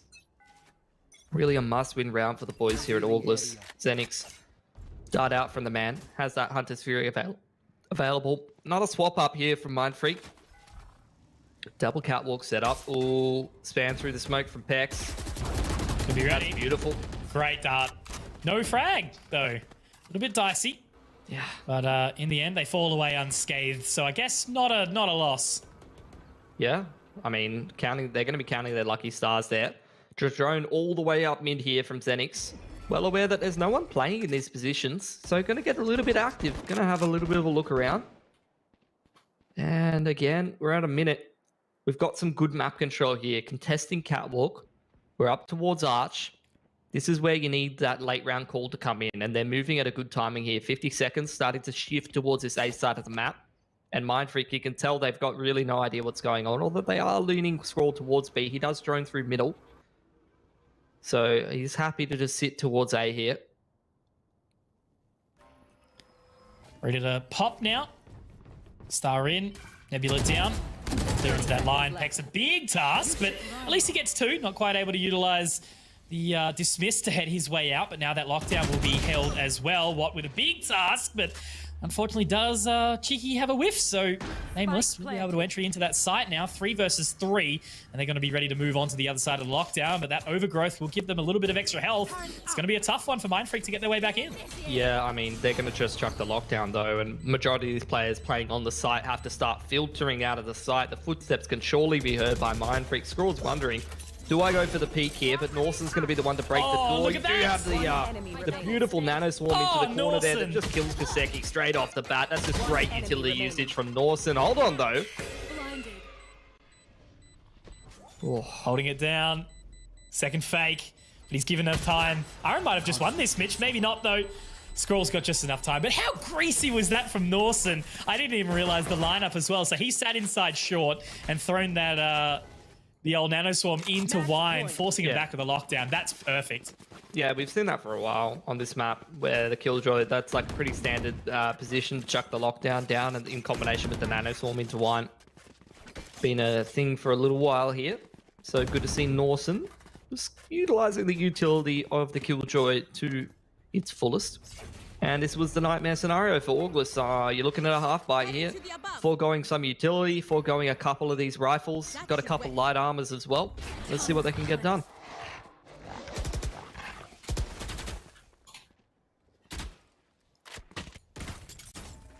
So August needing the 4 consecutive to bring their way to an overtime. Mindfreak, you know, I guess they had a slow start. It's probably the way to go about it. Nothing bad, but no real shines of brilliance either that make me go, okay, you know, these guys are still number 2. But, you know, I guess many a change. But Ferg, he's been doing pretty well, I go to admit. You know, it definitely hasn't been like a, you know, well, this guy's going to take him up to the level that, you know, Lakers had them. But I've got such a, you know, soft spot for Ferg and his, how he can still, you know, happily put himself in a duelist role after all these years through different FPS titles. What was it, like 1.6 French pro scene or something like that all the years back? He won a 1.6 major in like 2000 and hold on, I got it in my notes. I'll have to go dig that out, but it was like between 2005 and 7. I can't remember exactly. I think it was one of those later years. Yeah, definitely one of the people that you look at. It's like, what a painted career he's had, and many coaching runs at big events in Counter-Strike. But now we see a hold. Pex, 2, not quite the third. Aaron being able to trade that out. Now looking to get his way back in. Site will be secured. So once again, Mindfreak at the advantage, and August really fighting from behind. Absolutely. See if they're able to complete this retake. Still do have the Hunter's Fury. Here's the dud in from Scroll though. Trying to find some of those players. There's that Hunter's Fury coming in. Scroll actually getting a shock dart kill on Aaron. So absolutely beautiful placement from the man. As Mindfreak now a 4-on-2 advantage, looking to close the map. 1 versus 4, and unfortunately Crean can't quite get it done. So Mindfreak, no real surprises, I guess, but I'm pretty happy that August did show a fair few good signs. But it will be the 13-8 victory as soon as this spike defusal does come down. And yeah, great opener from Mindfreak, I guess we can say here. Yeah, I don't know why I said 1.6 major. I mean top 4 at a 1.6 major. There you go. But that's good, pretty man. good. Like, that's that's crazy. Yeah, there's not many people that can say imagine that. an Oz player being like top 4 at a like top tier event. That's absolutely insane. Anyway, though, I think this is a bit of a return to the norm from the last time these two teams played. Even with the stand-in, it's about a 13-8, 13-9 sort of scoreline victory for Mindfreak, similar to the last series that they played about 2.5 weeks ago.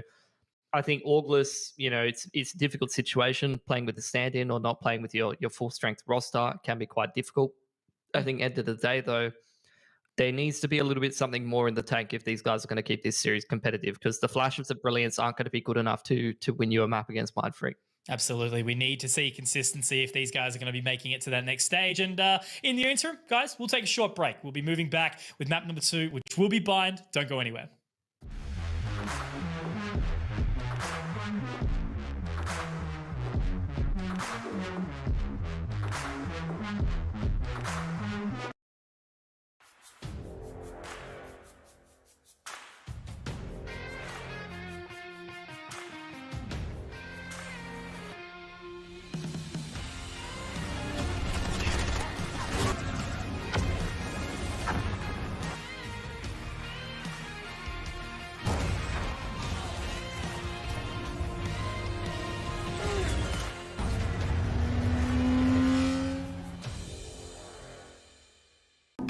With the new Vodafone Companion plan, you can add up to 3 people to your Endless Data mobile plan, and they'll get their own plan for just $30 each.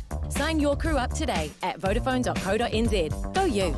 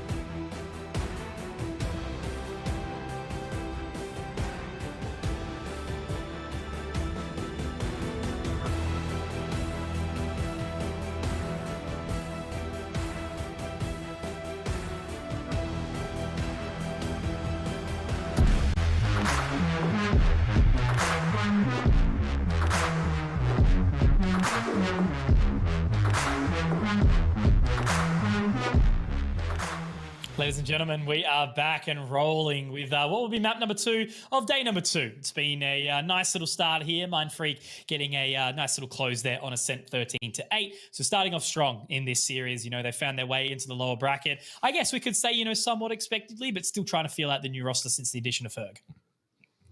Yeah, I think they did pretty much what I expected in terms of just playing against an underdog team. They're just sticking to the fundamentals. They're not doing anything too crazy. They are trying to make August a little bit uncomfortable, especially on that defensive side. They were alternating between pushing extremities and taking control of key parts of the map, and they're just playing a little bit more on the passive side, which seemed to work quite well for them.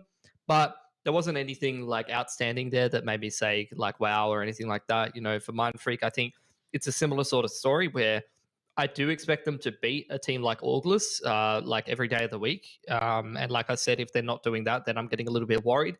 But I'm not really seeing them play so well that I'm feeling confident when they move into the further stages of this bracket that they're going to be able to continue to do well for themselves. However, Ascent, good pick up there for Mindfreak and August. Now let's see what they've got. Obviously, they're playing with a stand-in and they're going onto their map picker blind. So really their best shot to actually give this a bit of a crack here. Absolutely. And I think the stand-in's actually playing quite well too. Kiseki's looking really nice on that Killjoy, and it's going to be another, new fresh thing, I guess, on the other side. We're going to see a new map. We're going to see different agent competitions. Obviously, Bind is, an interesting one. It's very heavily defensive sided, and, it does sort of call for some different agents. We're, I guess, less commonly seeing the Jet, people sort of moving around more onto that Raze. We're likely going to be seeing the Sky again. So it should be a good one, I hope. And really, this is the last chance for August. Obviously they won't be moving through if they aren't successful here, but there is always close qualifier number 2. That's the thing about these, the structure that we've got, the 3 different stages. There is 2 chance to entry into obviously the upper stage of the competition. Yeah, absolutely. More and more opportunities. And I think a team like August so far, at least what we've seen over these last couple of competitions, is that they are good enough to qualify to this stage of the tournament. So give themselves plenty of opportunities to just keep that consistency going in terms of just making it to this stage. And then after, it's like any team, after getting enough licks from some of the big boys, then maybe you'll make some of those improvements that you need, iron out some of those mistakes, also get rid of the nerves of competing for some of these players who haven't been at the top either for a little while or at all. It's really, really important to just get those reps in terms of the competition so that you can play at your peak performance. Yeah, well, that's it. As obviously we've got our upper echelon teams. We've already seen, Sonics move over to North America. They've been doing some good things. I think they took a map off Sentinels the other day, which is brilliant to see. Yeah. I mean, it's happening. And even in other games, we saw Renegades take a map off Na'Vi last night. Like, so many things are happening. So when players are given that opportunity, it is there for the taking. And that's why we need, to see the grassroots and, the tier 2 and tier 3 really thrive, because that is the next professionals, the next Ins, your next Dexter, and obviously everyone, the next Crunchy, your next, whoever we want to sort of talk about in the region, because those are the ones who ultimately will get that job. And as we say, more people develop, there leaves further room. And I think that's what is really important about an event like this, that does sort of nurture that with those open and closed qualifiers to give the opportunity. Yeah, and I think you need obviously a pretty healthy scene to keep the level of everybody up as well. Like, we've got quite a quality pool of talent, but need to keep everybody competing so that, it's not too easy of a run. Because when you have a bit of a dead scene, one team ends up qualifying and they ended up not being so great of a team. And if you're from a minor region, you're going into these qualifiers, at the end of the day, you get the dumpster seeding, which means that you are probably playing Sentinels in the first round. And that's not a good experience when you've kind of been, playing with your feet on the desk back at home and then, rolling against Sentinels. And rude awakening. Oh, just man. get domed. How many times have we seen it, in different titles? It's always been funny. But again, look, I guess there has been proof that at least, we do have the capacity when we do get the opportunity, and it's nurtured to take time. So, I'm stoked with all these orgs that are supporting the region and the TOs that are running events. We've had so many as of late that there's been some really damn good Valorant over the time. On that topic as well, I mean, whoever owns Mindfreak now, the guy who owns Mindfreak now is...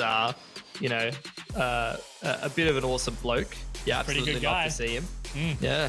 So I'm sure he's watching right now, you know, checking out the talent that he's just acquired, and I don't blame him. He's got to be so sick of me at this point. He's just watching me cast his players in so many different titles. StarCraft, like, Counter-Strike, buddy. Get this guy off the TV. Over it. Well, back on the TV, we'll be both of us once more into your ears. Of course, we've got Crashman alongside us, bringing on the obs as usual, the elite of the scene, and also everyone over into that LPL studio as well. Big shouts to the boys as we do move in to Bind between Mindfreak and Auglis, and it starts off early with that orb control, as you were sort of praising Mindfreak on in the previous map. Look at this comp from Mindfreak, though. This is interesting. Single duelist on Pex, no Sky. They're preferring the Breach, and they're going to be running Viper as well as Brimstone. So both Chad agents, Breach and Brim. Your favorite. You're a fan of some solid facial hair, Mitch. As far as I've understood it. So the jawline. Let's see. Yeah, the jawline. You know, the pecs, both in the server and also on the chest. Either way, though, after a bit of a default, bit of map control, Mindfreak going to be heading over towards this B site. Going to be trying to go for a bit of a split. You do have the Cypher set up as well as the Sova there playing the retake.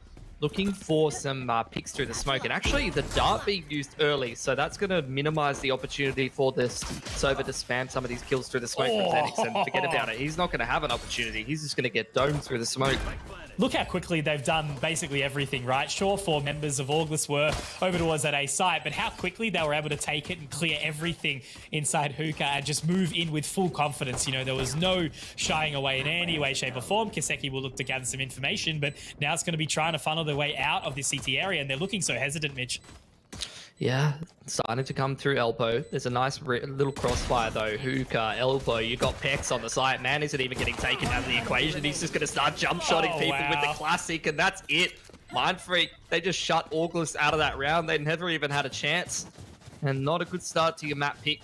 And you talk about how fast things were happening. I mean, that is the beauty of the Brimstone at the end of the day. Man's just on his iPad, going to click away at some of the smokes. They come down instantly, and all of a sudden, the boys are executing on the site before you can even react. And he's sitting in that post plant watching Netflix or something whilst the rest of the boys do a bit. Molotov, I mean, he's such a Chad. He's got massive biceps. He's got his Molotov cannon in one hand and the iPad that's balanced in the other hand. Just, okay, Molly, yep. What's the copy pastor? I saw him wearing adult diapers somewhere because he couldn't control his power. There's what, and Ferg as well, starting it off. So yeah, look, very versatile in the agent selections now. You know, Ferg playing the Raze in the previous, Watt off the smokes entirely, and they're just absolutely charging in. And yeah, there we go. The Viper? Oh, sorry, no, wait. I was thinking, who was I thinking? I don't know what you were thinking. Is what? No, Norson's on Viper. What's on Breach? Yeah, that's what I'm getting. Yeah. Hey, don't make me question my stupid brain. No. It makes sense though, because what has the Chad beard in real life? He does. Yes, exactly. So and Ferg he's also going to be put on the Chad beard. What is that knife, by the way? Oh, I haven't seen that. Oh, it's one of the early ones, but the animation's glitched, so it looks like a butter knife. Hey, bro. Bro, can you get me some toast, Chief? That looks like the peeler that my nan used to use. Yeah. Oh, what, to peel the cheese? To peel the cheese, like the cheese. Oh, there's like a cheese grater peeler thing. Oh yeah, okay. Oh, here's the execute though. You do have Pex just double satcheling straight in towards U-Haul. He's going to get in there with the Spectre, get into the thick of it. He doesn't stop. Maybe should have had a bit of pause for thought because he gets punished for his excitability. Now this 5-on-4 retake, trying to deal with the bonus here for Auglis. Let's see how they go. Moving on out, the smoke will go down from Ferg, and he is actually able to aggress into it as well. What now sitting directly on the side, but look at this flank from Norson onto the other side. Nameless will be able to at least pick up one. Zenix, though, on the flank, same with Kiseki. Norson, though, nice and sharp. That's on for 3. Almost. It's actually just the 2 for now, but now he might be able to find another, and he's all the way in there. May as well be playing Breach, because that was a very, very Chad swing, as he does close out the round for Mindfreak. And also, I need to give a shout. It's always nice to have the memes from the producer coming in. The butter knife, as we see right there. Are we talking like $4 butter for the $8 bread as well? Cultured butter. Yeah. Yeah. The stuff that you can't even, you have to keep it in the fridge because, yeah. Before I forget as well, because it does look like the peeler that my nan used. It is actually my nan's birthday today, so happy birthday, Nan. Big shout. I bet she's watching. I'm sure she's definitely watching, you know. Because last time we talked about the internet, she was like, do you have the Telstras? Something like that. And I was like, no, Nan, I don't use Telstra. I don't need the coverage out in the country like you. Anyway.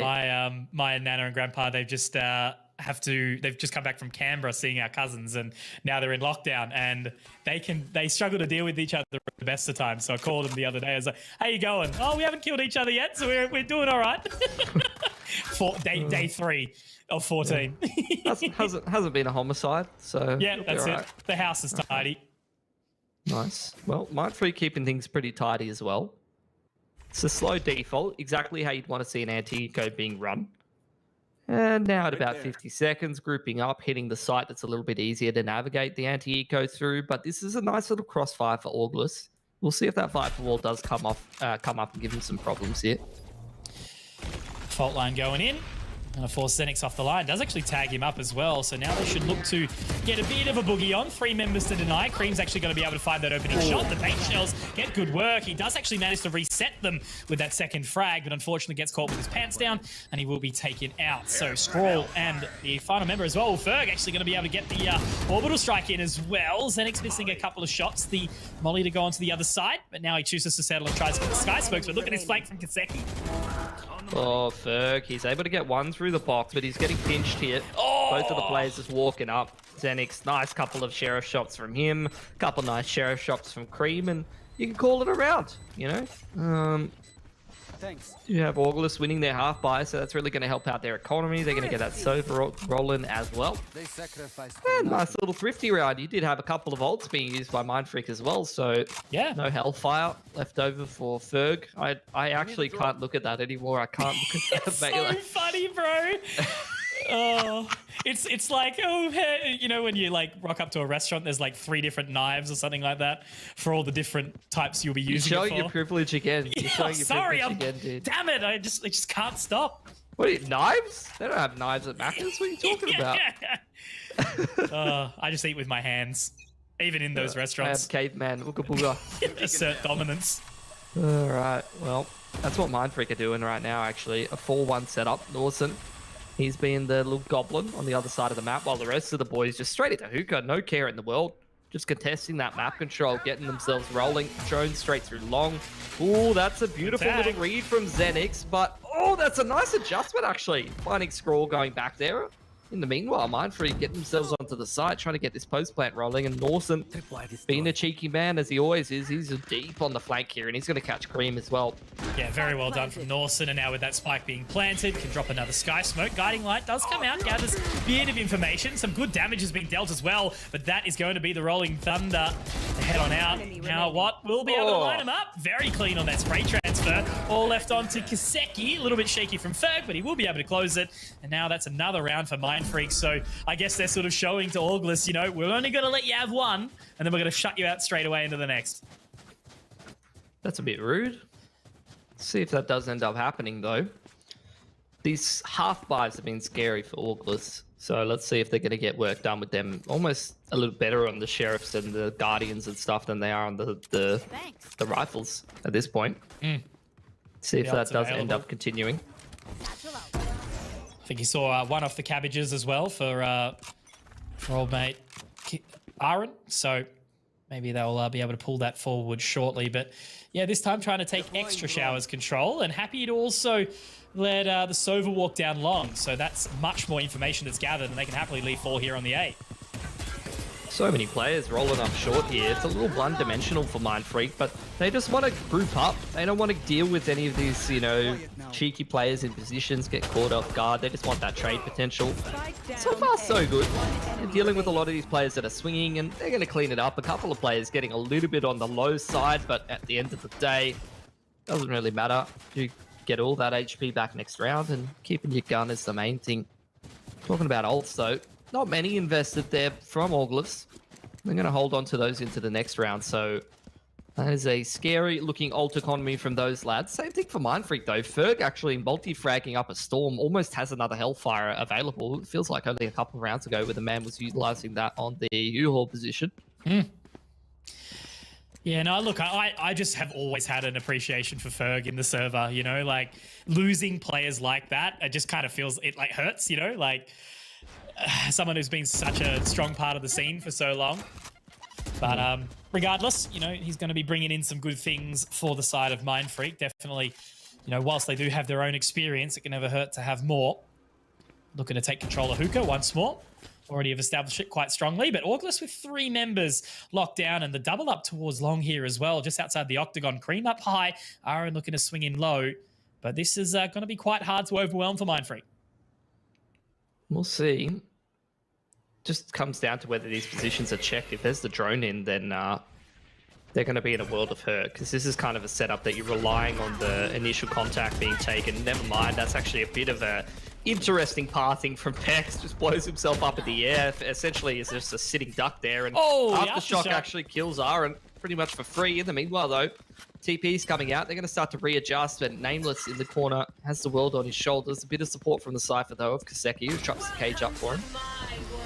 We're going to head out now. The Viper Spit has been utilized as well. That's going to force Nameless in and catch him off immediately as well. Scroll does get spotted out. Kiseki's able to use that. Now also the Neural Theft to go out. It's going to be spotted onto the other side here as my cat almost breaks my webcam. But now it's just basically the complete afterplan. This is going to be so hard and fearful to get in, but unfortunately the showstopper can't quite fight anything. And yeah, Kaseki, no, that's a Cream almost done on the snake bite. Yeah. Almost got down there. Really tough retake here for August. You can see they're decaying. They're all down to like 1 HP, and this is where the spam is just so good. You do have the Hellfire coming in there as well. Easy as you like for Mindfreak. You love to see it. You do need to get bonked though, Mitch. You're not allowed to break the fourth wall here on broadcast, dude. You got it. You literally just ruined the immersion.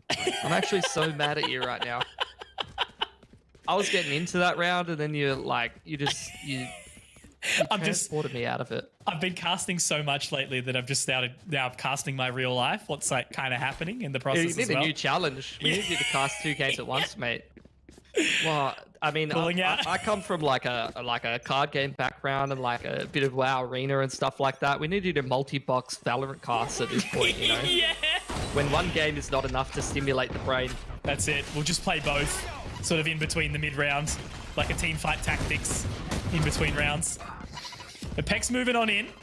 Not looking for any other team fights as he does choose to fall away. Oh, that was pretty tight there. Almost lining up for Cream, but just as quickly as the round sort of feels like it started, it's all left on to the final member of Kaseki, and he will be taken down as well. So Mindfreak, yeah, they are just absolutely rolling over August at this point in time and showing us a much more convincing sort of nature. And I guess it's really around that comp, right? Like, imagine dealing against this comp in like matchmaking or something. It would be so tilting, just so hard to play against on a defending position, but they're not even having to defend, just defend it. No, sorry, playing it on an attack, right? They're trying to defend against it right now, and it's even punishing them left, right, and center. And yeah, the next half is going to be absolutely no exceptions.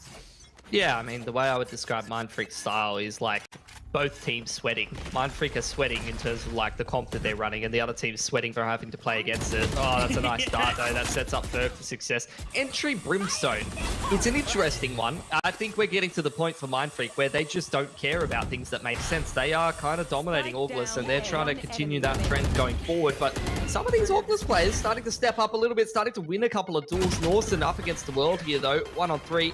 Can't get it done. Too many targets, and Mindfreak finally punished for their blistering pace. Needed to happen at some point. You have to force the other team to respect you. Otherwise, they're just going to start Wing like you're seeing Mindfreak doing.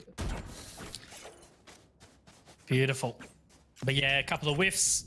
I guess well sort of reacted by August accordingly. And now, yeah, I guess we really need to see them win the next 3. It's going to be a tough one to come back from on the other side as well. Especially as we do know, you know, there is going to be many a Gracie setups, I'm sure, especially coming out from that Viper. Trying to lock down the site. It'll be interesting to see where she does choose to go. Old mate Norson on that one.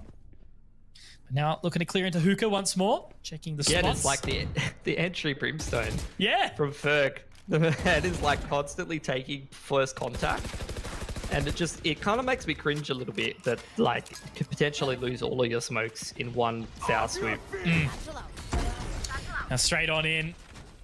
Rolling Thunder has been engaged early on, just a shock dart from Xenix, but Nawson's already all the way in, looking to force the narrative as well. And, you know, the smoke and the molly pushing them off immediately. Another sky smoke to come out. And they're just going to try lock this down as best as possible. This is going to be such a hard re-entrance from Auglis. No ultimate available either on either. So do they even go for this? It's going to be such a hard decision to make. 4 versus 5.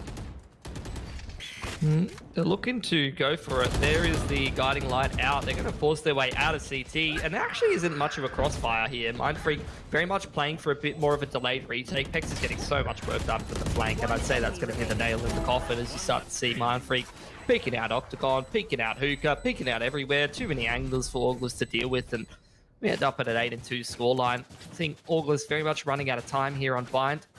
None of these boys stepping up as much as we saw on the first map, and you're seeing a little bit of that lack of cohesion creeping in, a little bit of the, you know, I don't know. I guess the way I'll describe it is they're not really stopping Mindfreak from doing anything. You know, against this kind of comp that Mindfreak are running, you need to get in their face. You need to start to kill some of these key agents that have a lot of this valuable utility and make their life more difficult. And it feels like Mindfreak's just running dry run executes round after round after round, and Auglis can't do anything. Yeah, for sure.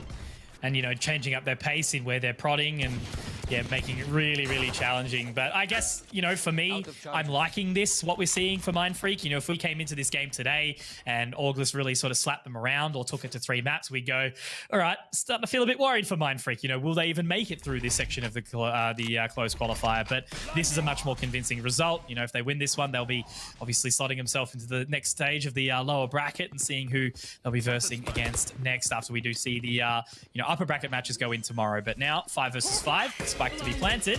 The guiding light used by Aaron. We'll get some info, but Pex, he's not having any of that. Yep, able to deal with that. Ready for that Sky to push out.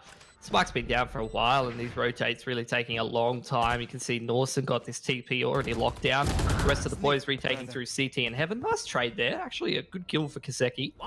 Pull some of these rotators towards short.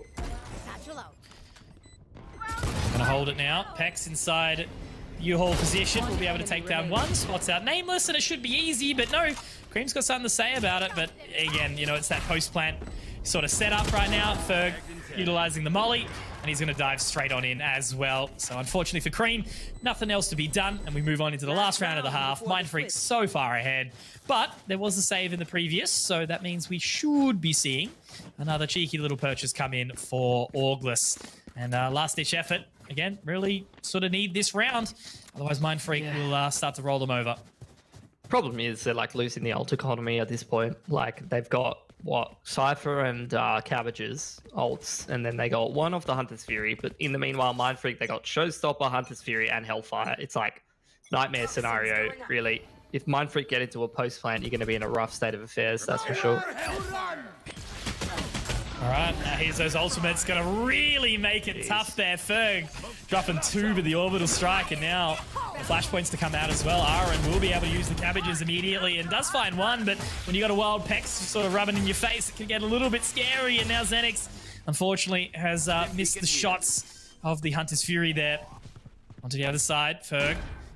Not going to take that extra control. Already hungry for the additional frags. Molly to go into the spot. What's going to take him? And unfortunately for poor Xenix, it's all on him. 1 versus 4.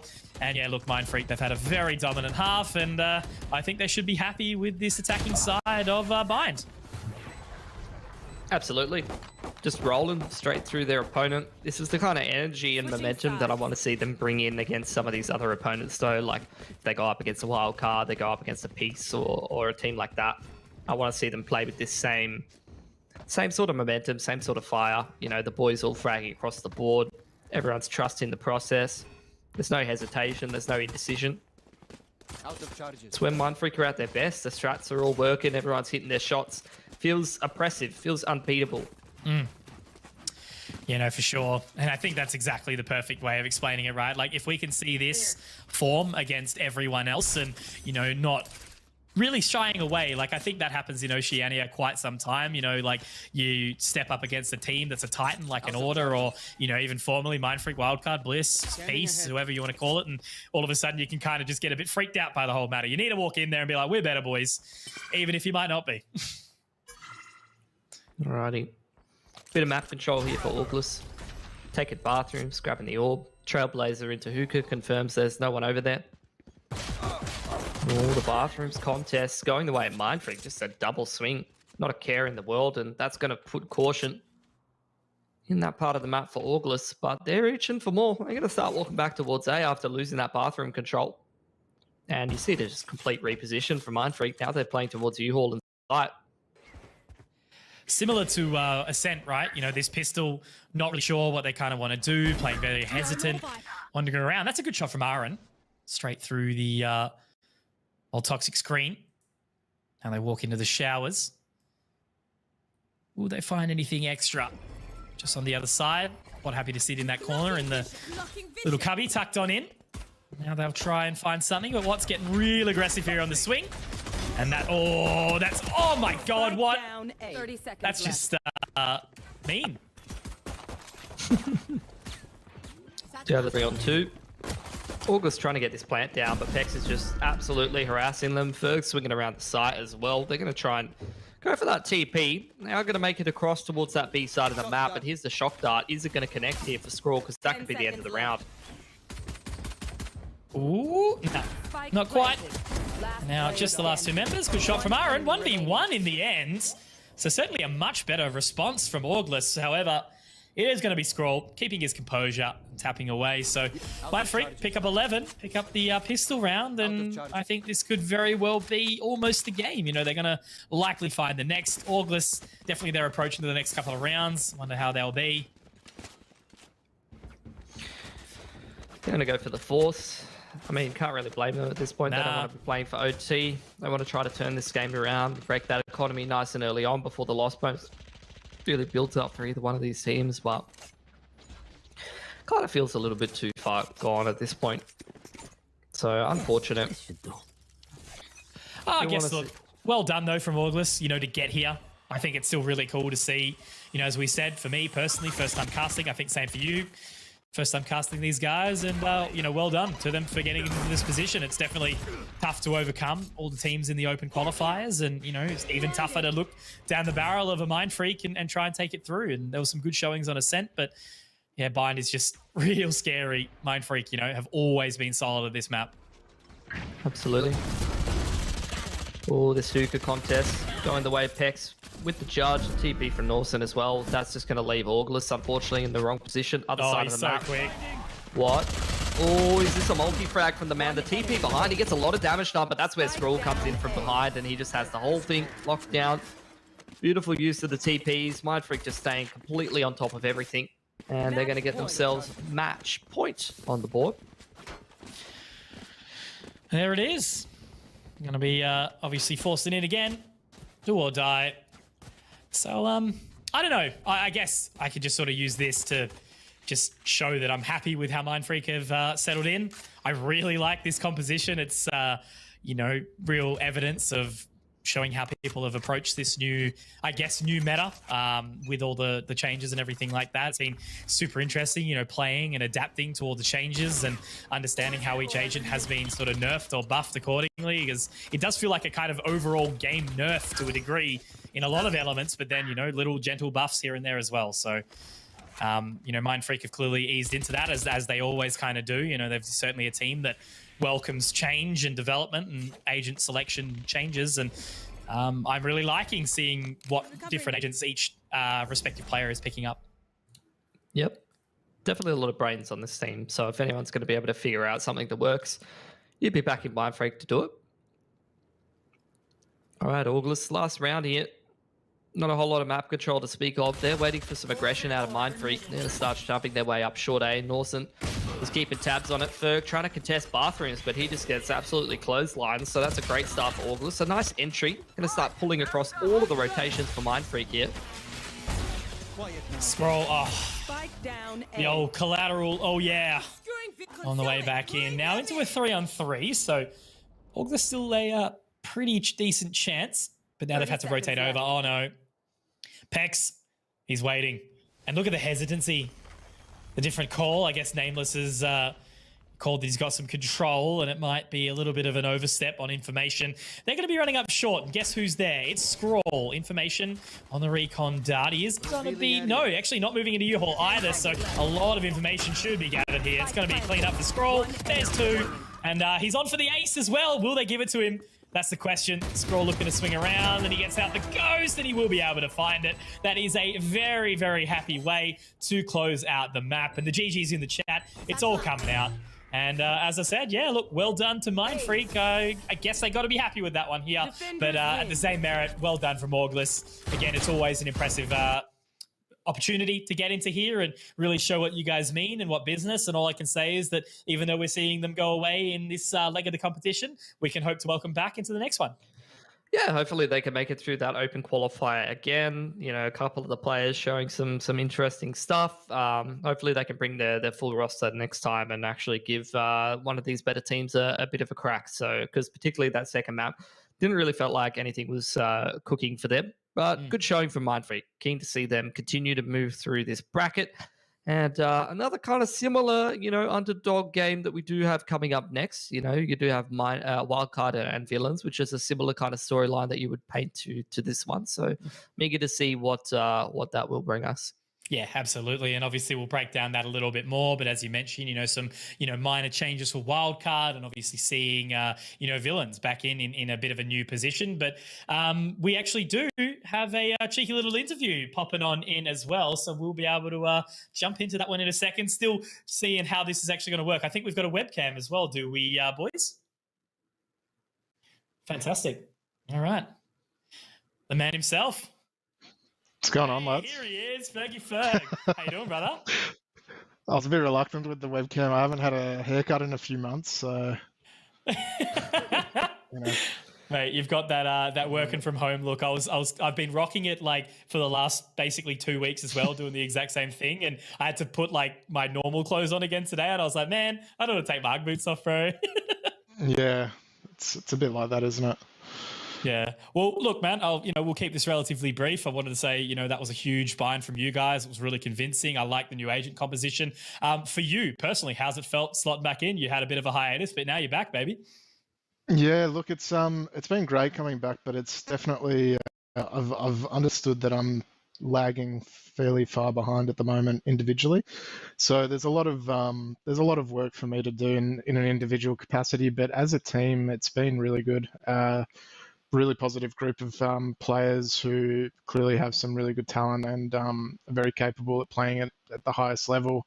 So there's nothing really for them to have to improve on except for us as a team. But for me, I think it's definitely a big there's a big ask, and I have to sort of I have to respond to the call. So I just need to put in a lot more time, and naturally that will happen as more and more days go by as I'm sort of grinding the hours. Yeah, I mean, I had 2 questions. So the first of one being just how this all kind of came about, because when I was looking at Mindfreak, you know, they were slotting in Calth before, and I was expecting, honestly, like you were kind of like the last person that I was expecting to join the lineup. I thought that they would try and, you know, go for like some crack duelist player or, you know, some younger kind of player in the scene. You know, you've seen a couple of shuffles around with some of those players going every which way in different teams. But when you came in, I was, you know, I'm always excited to see you play. But how did it end up happening? I think they were more inclined to go for someone that was sort of like an in-game leader. Okay. And obviously I'm very comfortable with the role. It's not something that I deter from or feel like it's over, you know, sort of over capacity by any means. So for me, it was pretty straightforward in that respect. The roles and trying to understand who should play what and which player's better at duelist and who's, you know what I mean? That is definitely the biggest sort of question mark for us as we keep learning about each other and playing together. But I mean, there is a meta that exists at the moment where duelists are sort of getting a little bit funneled out per se. Yep. And I guess that kind of suits us because, you know, if you look at the lineup, besides Pete, pretty much everyone else has played more of a supportive role. And, you know, I obviously played the Rays main for First Strike, but that was also a bit of an exception where we had another comp of players that were primarily support players and not so much the duelist run in first type. So for me to slot in and sort of assimilate everyone else's role is obviously a little bit tricky. But like I said, the great thing about these guys is they're all very diversified in their agents. Obviously, you don't get to see it as much when you're watching the matches and you go back in their match history, and you probably won't see too many duelist picks on people like Norson and things like that. But he is definitely very capable, and he plays a lot of duelists in ranked. And I know Kenny's also very capable, or what. You know, I think Scrawl's also very capable at playing any agent. It's just we're trying to make the best match, I suppose. That's what I kind of was thinking about as well. Like watching like Liquid and Fnatic recently, for example, like they're playing Breeze, and they're like one of them didn't even have a single duelist on their comp, or they're playing like one duelist. So that's what I was kind of expecting from you guys.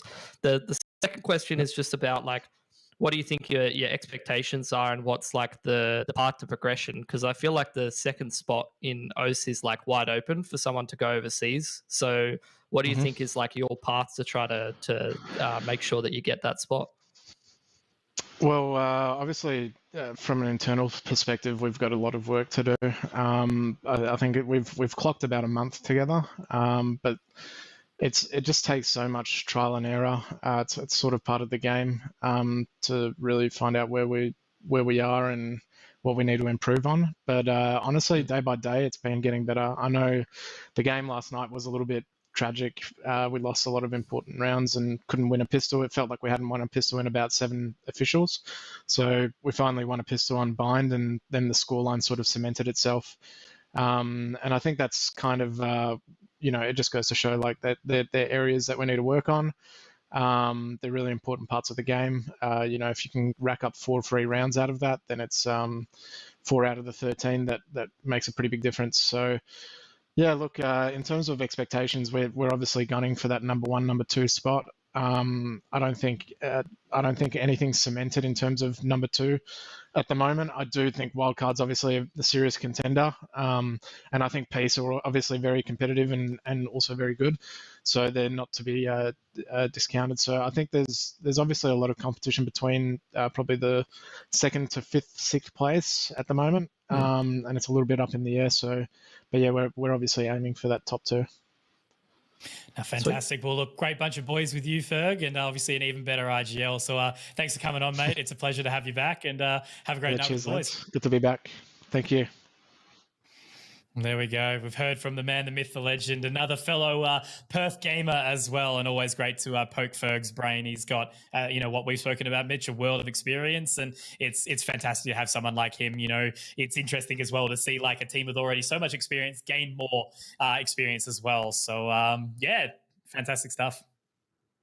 Yeah, he's definitely one of the elder statesmen of the scene. You know, I'd expect him to have more wrinkles on his face, but I think he's got the majority of the wrinkles on his brain at this point, because he's just, you know, big brain RGL.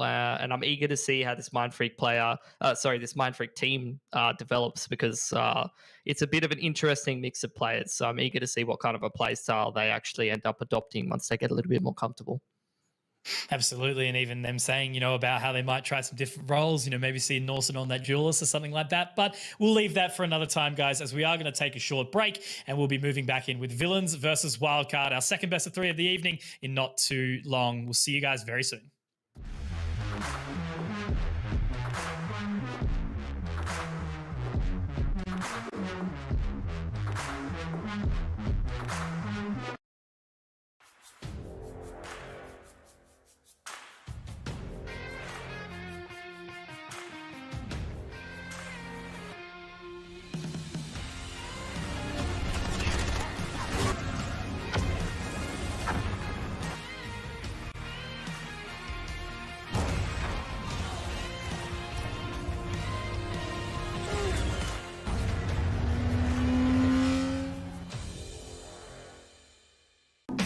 With the new Vodafone Companion plan, you can add up to 3 people to your Endless Starter mobile plan, and they'll get their own plan for just $30 each. Sign your crew up today at vodafone.co.nz. Go you!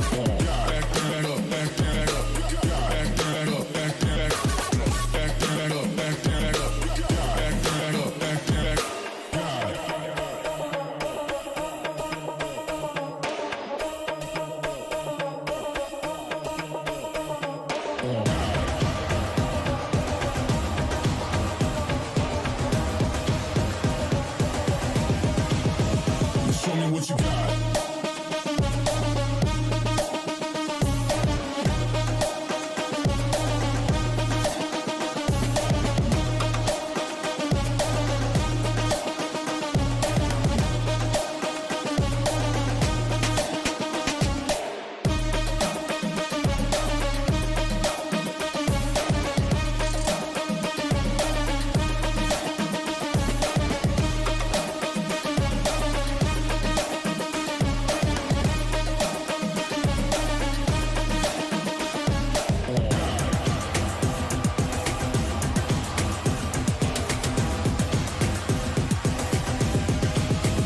Show me what you got. Down, up, back, up, God, down, up, back, God, down, up, back, up, God, down, up, back, God, down, up, back, up, God, down, up, back, God, down, up, back, God. Ain't no reason to back down, so step it up. God, down, up, back, up, God, down, up, back, God, down, up, back, up, God, down, up, back, God, down, up, back,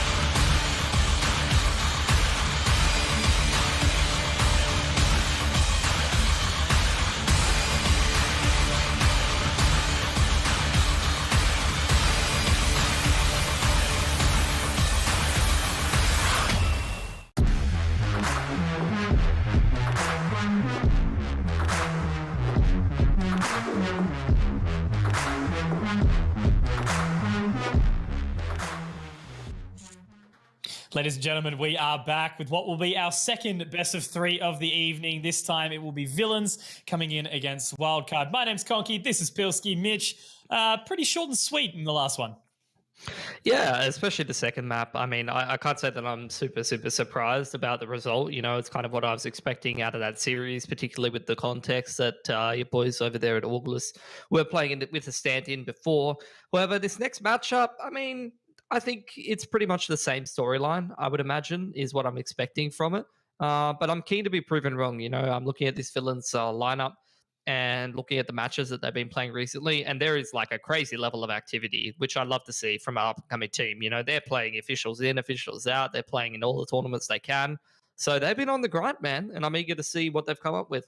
Yeah, absolutely. You know, a team that's hustling is always something that we love to see. But let's check out the bracket for anyone who was just joining us for the first time tonight. Of course, yesterday we did have our 4 best of 1s, as is per usual in these closed qualifiers, and relatively business as usual. Yet I guess we would sort of be a little bit surprised about, straight out of the zoo taking that one in peace, obviously over Mindfreak. We spoke to Ferg, who was a little bit disappointed with last night's result and still trying to feel out the roster at this point in time. But, they were showing good signs in that last map. So this time we get to see the other team that sort of slots into that other end of the bracket that's kind of unexpected, which is Wildcard and taking on Villains. So yeah, it's an interesting one, looking at that sort of lower bracket run today and obviously seeing one more team that's going home, and then tomorrow will be the upper bracket, which will have Order and Peace and Straight Out of the Zoo versus Team Blitz.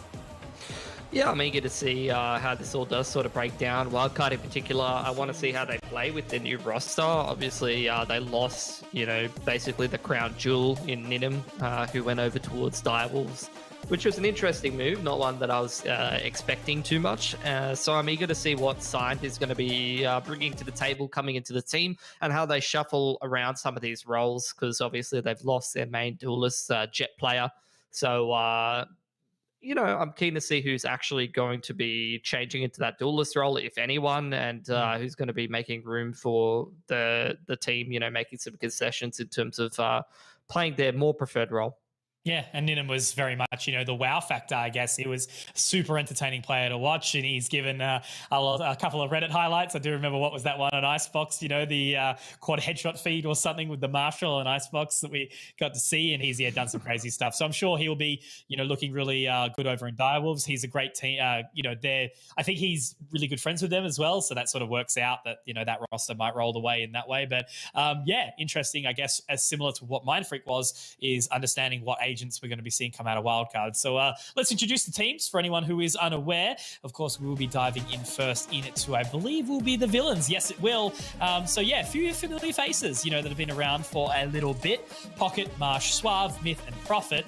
And looks like, we got a couple of RMIT students in here as well, donning those awesome jerseys. But yeah, look, Pocket, he's been a player I've been keeping my eye on. I believe he had sort of a, Counter-Strike background. He's looking to pick up the Phoenix and sort of flexing around the duelist, and the rest have also been quite impressive as well. I really liked watching Suave. He was typically picking up the Astra, who's been fantastic sort of in that role. Myth, similar sort of thing, looking him on the Sova. Haven't seen much from Prophet, so yeah, interested to see what this roster is going to bring forward to us. Basically the old Tyrant roster.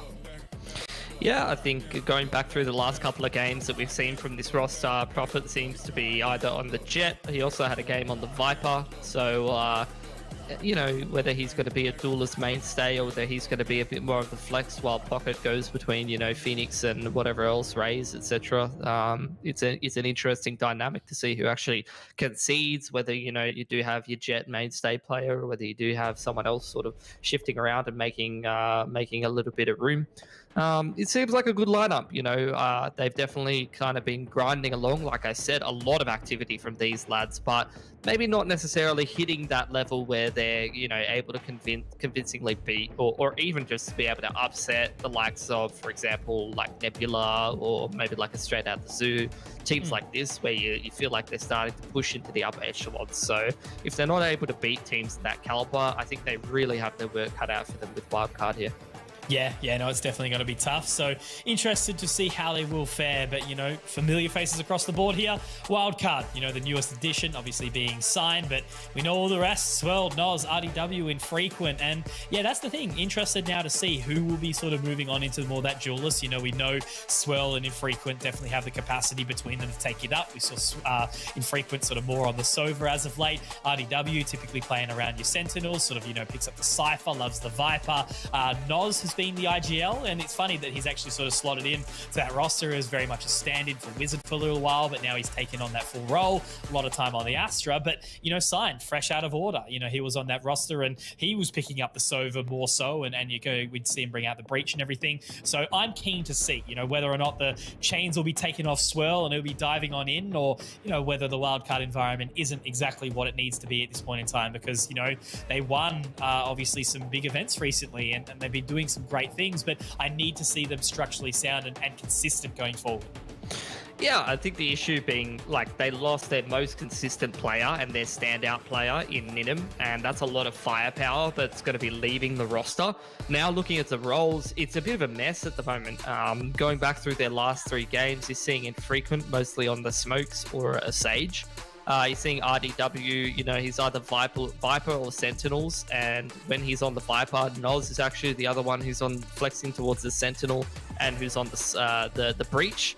And Signed, obviously, we know him as the Sova mainstay. So really the approach from Wildcard at the moment seems to be one duelist, Swirl, and the rest of the boys, playing whatever agents the team needs, and they're going for a bit more of this sort of team-based comp, comparable to that of a Mind Freak, and that we are seeing in some of this EU meta. But we'll see if that does end up being the approach that Wildcard do want to go for moving forward. Absolutely. So let's check out, obviously, our head-to-head now, moving into that one and understanding a little bit more. So, yeah, the usual, Pocket and Swirl, typically, those guys who we're going to be seeing on a bit more of the flashy plays, the duelists, pulling out some cool things. And I'm sort of the guy that's been watching Swirl for a little while now, and he definitely seems he's, yet to be uncaged, right? He's, super young. I think he's only either 16 or 17, and he's got this crazy, erratic aim style, very high sense, and, he streams a lot. We get to see the hand cam and everything come out, and has so much potential in this player, and I guess Pocket similar light. He's one of the he's part of the underdog team, but he's been putting in some great numbers, some good stats here, and obviously, as you mentioned, putting in so much time to all these different officials as they start to climb the chain. They've made their way into this first closed qualifier, which is the harder one. You've got to verse your orders, your wildcards, your Mind Freaks, and Bliss, now Peace, and straight out of the zoo. So excited to see how everyone fares moving forward. Yeah, I think as we highlighted in the last matchup, especially these teams that are running the one duelist, that's the player that you have your eye on. As for someone like Pocket, he's going to be playing a similar role, which is why we match them up side by side. But for villains, I don't really feel like there's any individual standout player. It seems to be a bit of a performance by committee for them. Just to touch on Swirl, though, because Wildcard is obviously a team that a lot of people have their eye on, and they've even been able to upset Order in these last couple of VOTs. I'm a little bit worried for them, because Ninum was such a consistent and impactful player for the squad, and Swirl is able to hit that ceiling, if not even a higher ceiling, but I'm not sure that he has the consistency that that Ninum had in that roster, and that's something that we yet to see from him. So he's definitely got big shoes to fill in terms of the fragging department, because I know that he can do it. It's just a question of whether he can do it game in, game out. Correct. And also having that mentality, right? The duelists, obviously, it's so important for them to create that space and basically, ape together strong, just throw yourself into the mix and let your team follow on. So we have to see that obviously come out from him, depending on the agent that he does select throughout these maps. But look, it makes for an exciting storyline. It makes for an exciting series that we've got ahead. Again, very similar to what we saw earlier in that lower bracket, where you see a team that's typically up there in that rank 2 or 3 early on, dropping into the lower bracket. So here's the map. And I guess it's kind of similar to what we saw, except we're going to be having Haven just swapped out for Bind, but it does look like, Wildcard not really keen on playing Breeze as of yet. Yeah, I think it's something that they're going to have to look to slowly incorporate into their map pool. especially heading towards the most impactful tournament of the year, you do not want to be that team that doesn't have this map in your map pool and going into a best of 5 final, like a qualification final, or potentially going into a series and having to respect ban it and playing the rest of the map pool puts you at a bit of a disadvantage. So you need to start to see some of these teams adapting it rather than banning it. Maybe it's not a question of wildcard not necessarily adopting the map, but rather it's not, you don't want that question mark factor up against an underdog. You just want to play the maps that you've got the most prac on, and you should be able to take it away. As for the boys on villains, I think having Icebox picked against them fares reasonably well for them, because I'm looking back through their last couple of games, and it's one that they like to play and have got a fair few reps on, and they've even taken 11 rounds off a piece. So, wow. you know, maybe you know, that would be a good one that they're going to be quite happy that Wildcard have picked that against them. However, it's going to be a rough state of affairs no matter which map you're putting them on against Wildcard, because this is a team that, you know, it's full of quality players, potentially the second best in the region. So this, in my opinion, is a bridge too far for villains. If they take a map, I think they're exceeding expectations, but we'll see if they can hit a new level for these boys, because this is what they're grinding for, man. You know, they've been, like I said, they've been so active. They've been playing nonstop. They've been playing all these tournaments. This is the reason that you play. You want to have a crack at the big boys.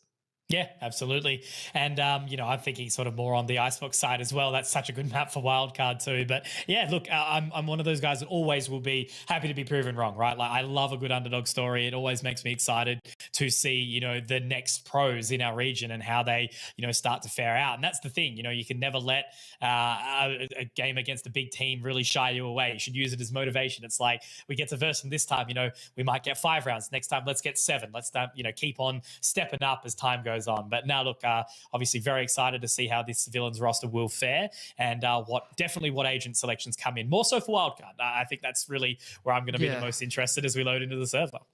Yeah, they've really been focusing on that singular duelist kind of play style. I'm eager to see if that does change, because like you did mention before, in Frequent Summer that we have seen on the duelists in the past, going back to like some of the earliest iterations of this core of players, which is like not even really the same roster at all as when we started. I think in Frequency, only surviving member, going back to like when they had like Pixel and some of those boys back quite a while ago. So, you know, it definitely is a very, very strong, you know, group of players. I think, you know, you've got IDW, who's been kind of the standout for me. He's been the most consistent player up there with Ninham, who is no longer on the roster. So I'm looking for him to put the work in. But like I said, you know, I want to see if Infrequent still has that tendency to potentially flex into a duelist and then start to put frags on the board, because it seemed like he was quite comfortable falling back into that Sova role, which is now, you know, those shoes are very much filled by Signed, who might be, you know, the best Sova in the region. So you've got to be quite happy receiving that bloke onto your roster. And then as well, like even that straight out the zoo loss that they just suffered, which was, when was that? Literally yesterday. Yeah. Last night. Yeah, he's not really he's like the only one on a duelist, and he's, you know, not really having too much impact. He's like bottom of the scoreboard for the squad, so not really something that you want to be seeing from Swell. He needs to be up there, like putting in the frags that Ninham was putting in my opinion. That like for them to like hit the same heights of beating Order. Even if he doesn't do that, I think the team's still good enough to potentially be the favourites to take that second qualification spot overseas anyway. But you want to see Wildcard at their best, and you know, Swell's a big win condition that, I mean, everyone could see it. The man's absolutely insane. Like, he just needs that potential to be unlocked. Yeah, and I think it's trying to find his role too. You know, it was like I always sort of picture it back to someone like Crunchy, right? Like, I felt like he wasn't good until he started playing your Omen. Like, he was always trying to, you know, roll around with the different duelists, and it kind of treats you like you play a different way. You know, all of a sudden in Valorant, like any player can shoot, right? Any agent still can get frags, still can, you know, make different things. And it's all depends on how your kit sort of makes you play. And that's the thing, right? You know, even in some of those supportive roles, you can still have so much impact as a rifler or anything. You don't have to be on a duelist just because you're the sharpest player in the server. So it'll be interesting to see where Swell does slot in overall in that regard. And I'm excited for him. But I think we can use this time right now just just for an update, by the way, guys, everyone who is already sort of aware in the chat, unfortunately, casters cannot start the game. We are not Dog Ryan, but there is some technical difficulties. So we'll be getting into that one shortly. But I was going to think to use this time to sort of explain or discuss all the recent changes that have been going on, because right now, like, the only team that I'm convinced on that's still going to remain at that upper echelon right now is Order, because obviously they've dropped out Signed and he's moved to Wildcard. And on the back of that, they've picked up Maple in the time being, who it's just like more firepower. You know, it's like, how do we go better? Like, just get better players, sharper players. And because you've already got the experience and consistency from the other four, like, what's an extra duelist going to do? You know, chuck him in there. Why not? Yeah, it's almost kind of like the Renegades approach, like in Counter-Strike, where it's like, I don't really want to play against this guy, so let's pick him up. Yeah, we'll add Alice there. He's pretty good. Yeah. It's like, does he fit our roster? Nah. But like, nah, we'll make it happen. As long as the other team doesn't have him, then we should be sweet, right? And hey, look, it's paid off. Put him on the primary AWP, and all of a sudden he's doing pretty well. But now, guys, we are finally moving into the game. Thank you all for your patience. Thank you all for holding out, and appreciate everyone here. We got Haven, Mitch. Yeah, you just started podcast mode and you've been cut off. So I know, unfortunate. rude. How dare they start the game in this commentating session? Someone did finally find the button at the end of the day. Now you go. Wildcard on the attacking side of Haven. Do have an interesting lineup of agents from these lads. And like I said, Infrequent does seem to be the main man onto that smokes role. You've got Swirl on the single duelist. RDW, always great on the Sentinel role, one of the best in the region. Does seem like it's going to be a C push, a full retake here, but Suave, unfortunately, gets caught with his pants down. Swirl just blistering pace into the site there. Great flash as well, allowing that frag to come on in. Now, dark cover over towards the garage, looking to make his way out quickly. Good shot from Myth, but Swell, he's already found another, and those paint shells are going to do so much damage. Well, really left to his own devices, though. Infrequent is there to support. Dives inside the Cypher cage, trying to dance around a little bit here. But now Swell not able to find and connect with the frag. This is happening so much. A lot of carnage on the site, and Prophet actually using the wall to try and get up on the site. I like the decision, but Infrequent's going to take him down, and a 3K to close it. That round was very challenging to cast, Mitch. That round was very, yes. But it does get the way of wildcard. Yeah, always thank you. A lot of gratitude. Just casting the Valorants and the OCE scene. Happy to be here. Yeah, I'm always just happy to be here, to be honest, you know. Look at this force, though, from Villains. Cheeky boys. Gonna try to give this one a bit of a crack. Yes. Eager to see what kind of a setup these lads are running. Does seem like, again, they want to go for this retake C. They're leaning a little bit heavier towards A. The breach as well. A lot of teams adopting the breach. Noz has sort of shifted, like I said, from that smokes role, was on the Astra before, onto the breach.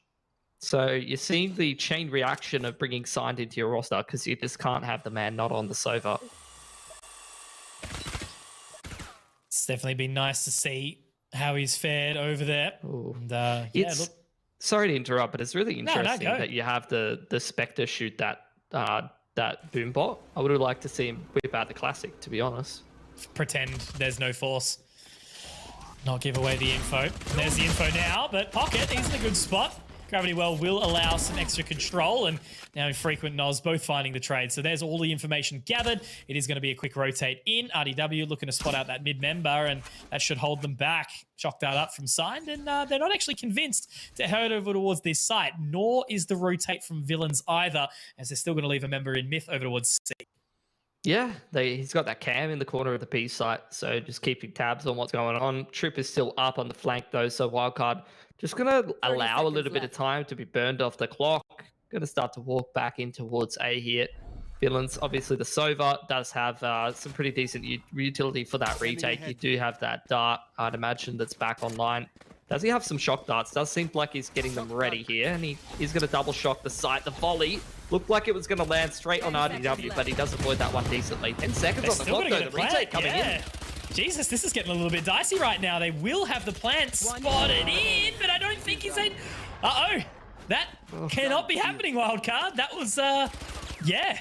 They tried to get a little bit aggressive, and I'm wondering what the comms were happening just then. I just assumed that they were planting. Like, I just assumed they would be getting that spike down, and then they just didn't plant. I mean, I guess the volley did, like, delay them a little bit longer, but I thought they would just stick it after that. Yeah. I mean, you just need to be able to hold down those angles. Communication got to be on point. You just got to stick it at some point, you know. It's getting way too dicey there. Either way, though. Let's see now. You could call it a mistake from Wildcard. You could call it a good play. Either way, they're going to buy up themselves, try to force buy. It is a 1-4 setup. RDW towards Garage. The rest of the boys just contacting straight up C image. Rolling on in. Paint shells towards the back of the site, but that's a great use of the gravity well. Is going to hold them back hard, and it's going to be Suave finding that opening pick. Infrequent, good for the trade, but they've already gathered so much information. Fault line will head down. Looks like we are trying to get nice and close up towards this garage position. Profit on that Sage, just onto the other side. Information gathered over towards side, and that's a great round here from Profit. Now Noel's all in a 1 versus 3, but Myth's going to roll on in. So this is a great reactive response from Villains. The force by paying off, and then that should very well send them into recession. Old Wildcard, as I do think they were fully forced into that position. Might have to take an eco now, but at least they had the spike down. My God, I didn't realize I was in my economics classroom. We got a recession. Well, it's the Royal Commission. It's all happening. The Royal Commission. It's come out to reset the economy. Just print more money, mate. Just print more money. Oh, God. I wonder what I'd do with a small loan of $1 million. Small loan? Yeah. Start an esports team, I reckon, Conk. I would back you to do that, to be honest. You'd probably put it into esports. You'd probably just spend it all on some of the boys. You'd probably put on an event. I know that's what you'd do.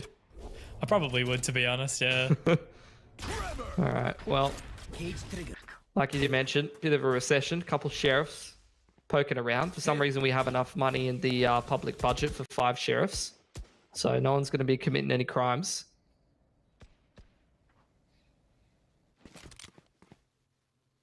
No yeehaws to come out today.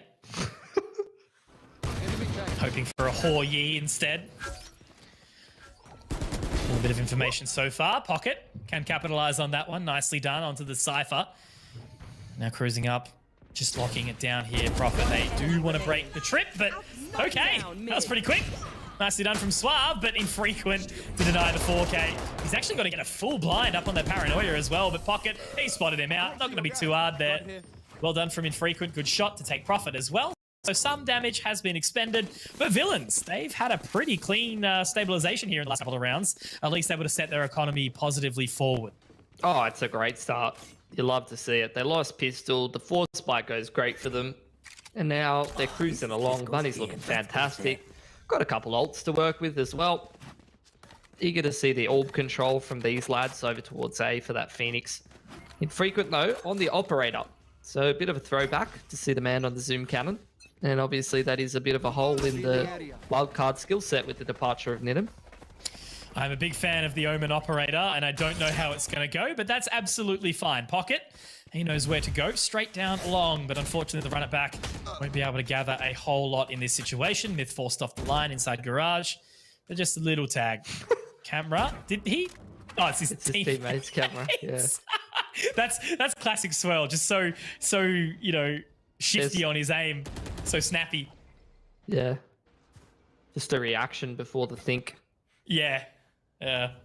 And that's what I mean. That's what it takes to be a good duelist. Like, no think. It's like the Nico thing, right? You know, he's obviously still insane at the game, but when they put him onto an IGL, it's all of a sudden it's like, now he thinks. So he like tries to consider his decisions instead of go click, go shoot. Well, we'll see who's going to click a little bit harder in this round. Wildcard. Taking their time moving through the map. We're going to think about contesting C long, but after seeing a Sage that was that close, as well as a Sova behind, they feel like they want to head towards A. There is a couple of trips. There is the camera over there. But with this Rolling Thunder through, they're going to be quite happy with the fact that they've pretty confidently cleared out the site. Couple of smokes down, and now they're going to get themselves into a post-plant. Retake coming in here for Villains. They got 2 on the flank. Ooh. Tried to jump over as well, but unfortunately the trip won't be taken. Suave does get caught up, so Infrequent's going to get straight back onto that line. Great Hot hands over the top from Pocket. Nice lineup. We'll be able to utilize the curveball as well. Somehow, still alive. Myth has done well here. So is Suave, but all of a sudden now, there's the res. It's a 1 versus 3, and Infrequent is going to be taken down by Prophet. What a retake to come out from the villains, Mitch. That was beautiful. This is a team that's put some prep in. Oh my god, is the axe small as well? That is smaller than usual. Wait. I'm so done. Wait. What cooking utensil is this now? Like a little spatula? I think so. Like, gonna that's flip the some worst eggs. spatula in the world, though. That retake though, it's worth discussion. I mean, the hot hands for into sure. the corner, the dart over the top. Swell can't shoot the dart because he's on fire, and not in the good way. Oh man, you love to see it from villains. They're playing an excellent game of VALORANT today, and their economy's thanking them for it.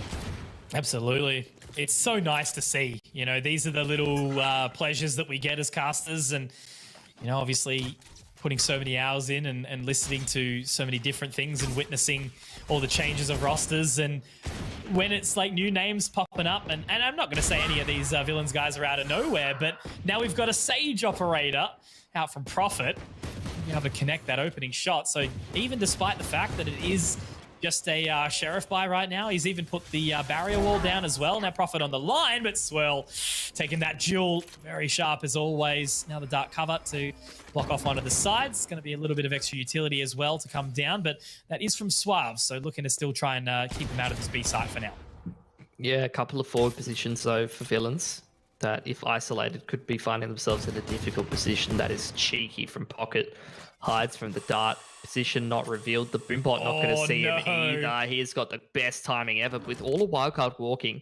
He doesn't get incentivized to push yet. This is a nice little setup between the Sova as well as the Astra in the back of C site though. Playing for that player on plat, this could work beautifully between Suave and Myth here. Yeah, great read. So now they've got the utility, but there's already 2 members here to deny. Now the information, but Swell does have the showstopper out. That's going to be one to be denied. Myth now on the site. He's a little bit shaky, but unfortunately for Wildcard, not stirred, as he will be able to lock down at least 1 shot. left. But now it's a 3 versus 2.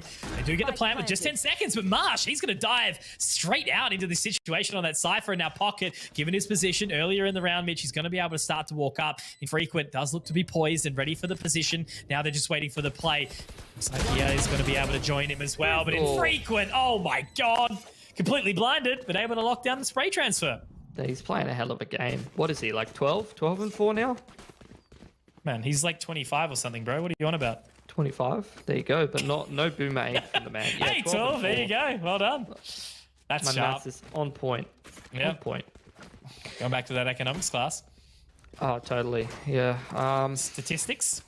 Statistics. Hit I me just with finished statistics this semester, dude. Feels good. Is that the one that you got done on, or was that a good result? Nah, that was a good result. Beautiful. Didn't get done. Nice. All right. Well, wild card. I mean, that's a half buy. That's going to take a big chunk out of the villains' economy. You love to see it. Gives them a potential window back into this half, which actually wasn't going too fantastic for them. So back in a window, a little bit of mid-round mid-control. So we'll start to spot out in just a second. Wall's going to be destroyed. So it does open a gate to the B site, but for the time being, you know, not really happy to over-rotate. Swirl might try and spot some extra position. Does destroy the owl drone. And nobody close as well. A little warning satchel just for good measure, but that drone should find plenty of information. So that A ramp, or the A push that they've been trying to do, has been spotted out. But now Myth unleashing Hunter's Fury, nothing spotted. And the round will settle for another couple of seconds here. Yeah, this is the TP onto A when they saw that Cypher pushed up. Both of the players pushed up. They're happy to TP in there, or at least Infrequent is the rest of the team, though. Walking straight through Gary. It's just the Omen that's got this whole rotation pulled across the map, creating so much space for the rest of Wildcard to just take this C site for free here, Mitch. Yeah, bolting immediately on, but that's a great shot from RDW to deny Suave. So no, a much better round from Wildcard here, and immediately looking to lock it down. But okay, Myth's caught off Infrequent here. So this could be a potential. They're sending 3 members down long.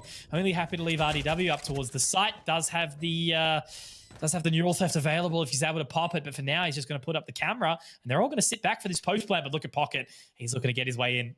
Yeah, there's a trip there though, so he's got his work cut out for him. At least villains are able to get boots on the ground into the site rather. Try to start to tap that spike. Flash does come out. That's beautiful from Pocket. What a bloody timing from the man, but still got to get this spike diffused, and he got Syme still alive here.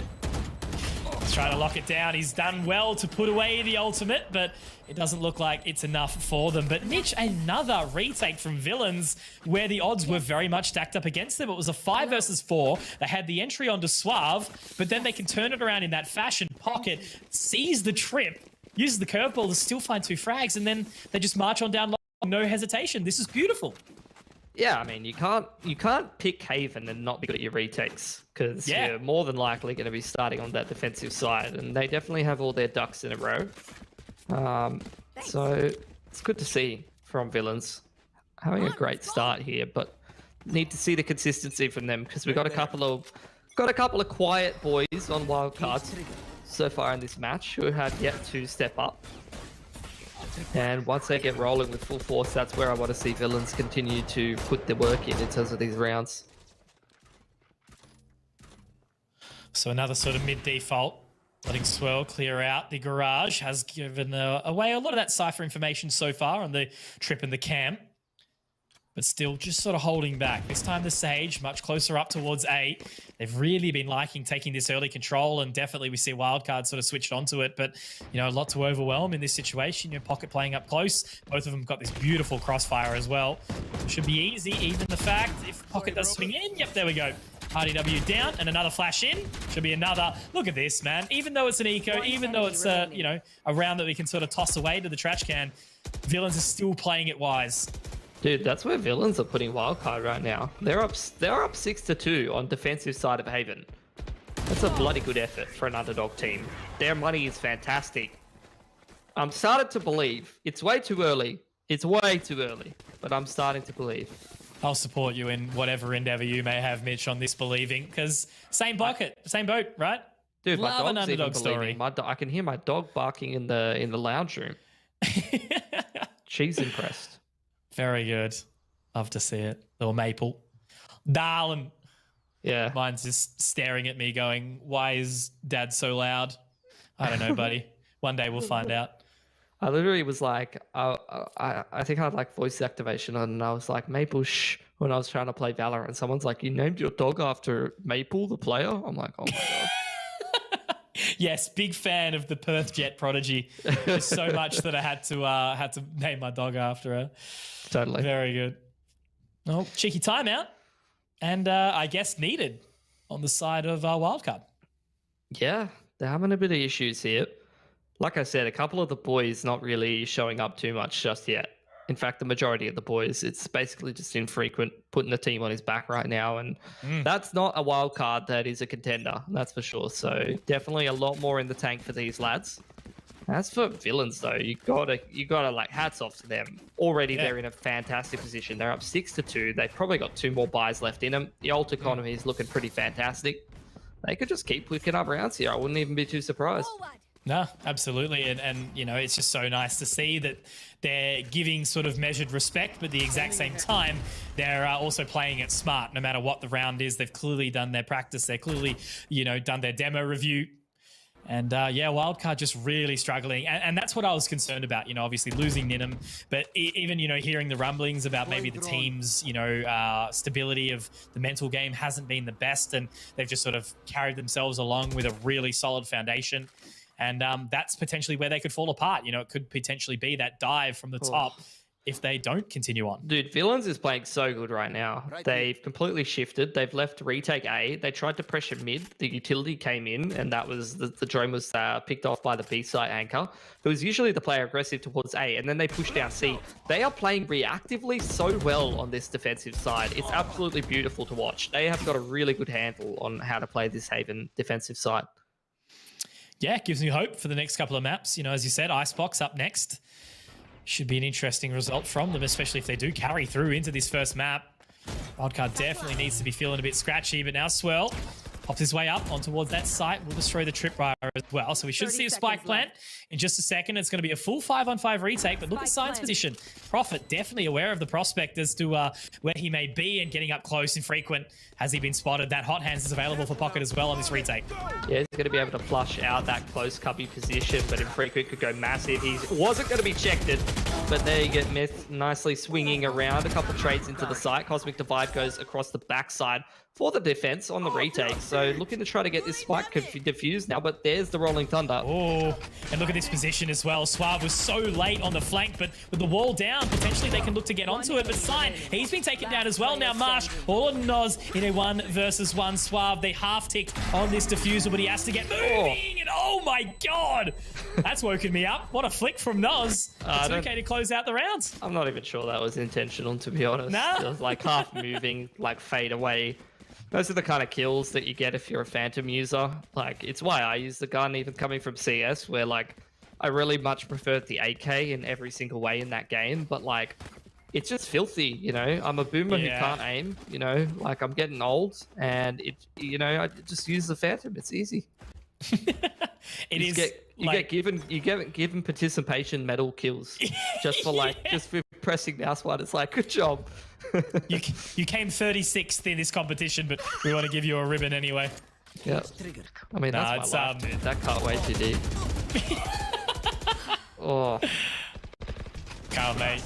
You make up with it with the brains for sure. Yep. All one of them that I have.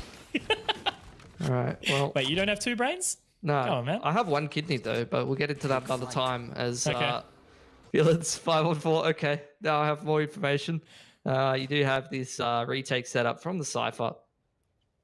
Couple little cages in the site. No trips to be able to catch any of these boys coming in. Just that one that's getting hopped over and long. So he's not going to be able to spam through on this retake and find any kills for himself. But he is aware that this push is coming in for wildcard. Here's the little shocky lineup here from Myth. Just the 2 single left clicks. Yep, and that's beautiful. The gravity well as well, just securing it. And now they're going to kick off the retake. This is beautiful from Villains.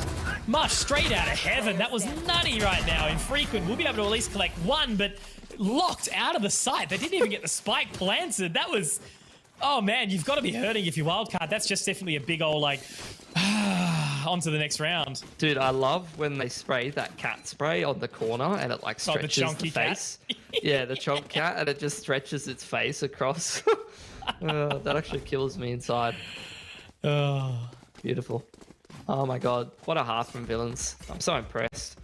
Yeah, absolutely love to see it from these lads. Like, dude, I'm going back through their results. I'm bringing up, you know, their game against Bliss. I'm bringing up their game against Nebula. I'm bringing up their game against Peace.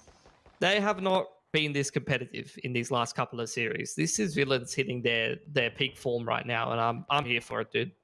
You know, Haven, one of those maps where it really is just about taking so much control and, you know, forcing your way up as a defender. But a little bit of an overstep here. I mean, it's not going to be too abysmal if old mate Prophet can live on, but he's got up on top of the wall. Nice one from RDW, and now they could start this dance.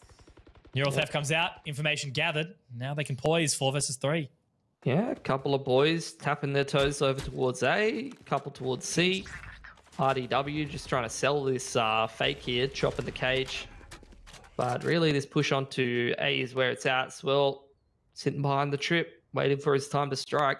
Cam has come up, though, here for the Cypher.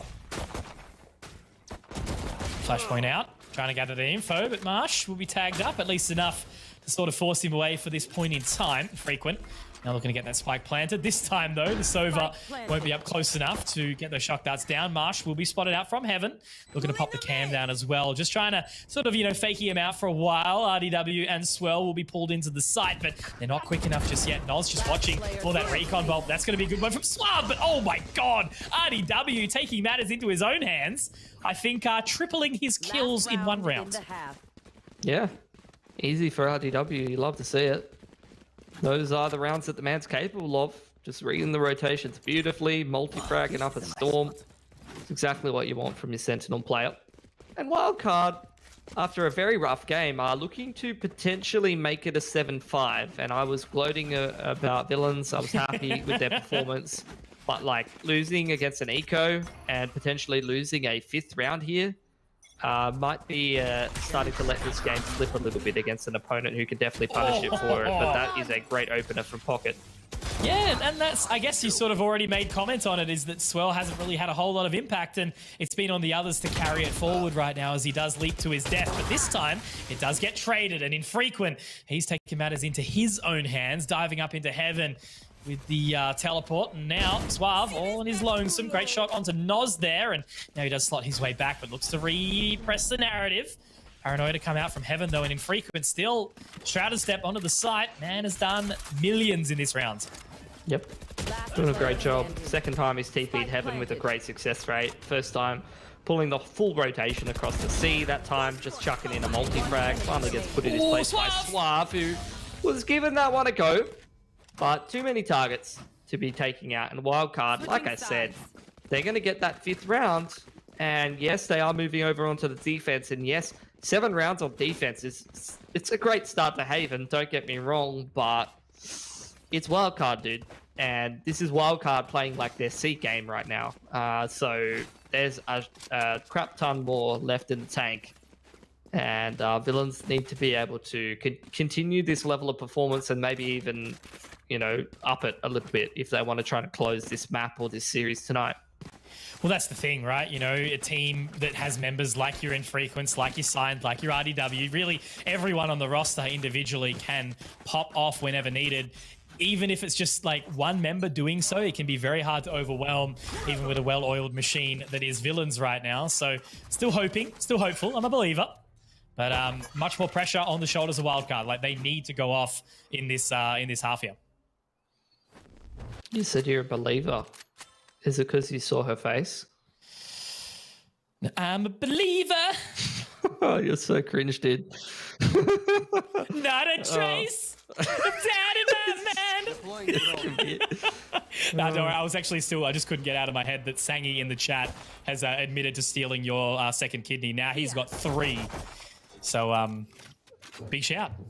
I think it must have been when he was asleep behind me when I was playing a qualifier that he snagged my kidney. I was too focused on my game. Either way, though. Shanks you mid-official.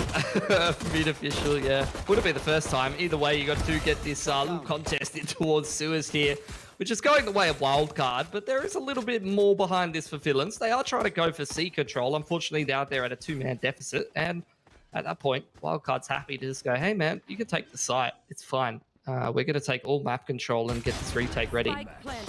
Great shot there from Noz as well, holding it down, looking to tap away. Fault line to isolate the space as well, but that Paranoia is big to come out. Pocket will be able to get away with one, but look at Swell positioning on the other side. Makes it nice and easy. Good use of the satchels to leap up from the Rays, and Wildcard is straight back in there and looking much, much better on that retake now that they've moved on to that defending side. Yeah, you forgot to mention the aim in the general vicinity of the opponent and press right click. That's also very good. Yes, of course. Click on, use the classic that is a free gun, by the way. Yeah, click anywhere.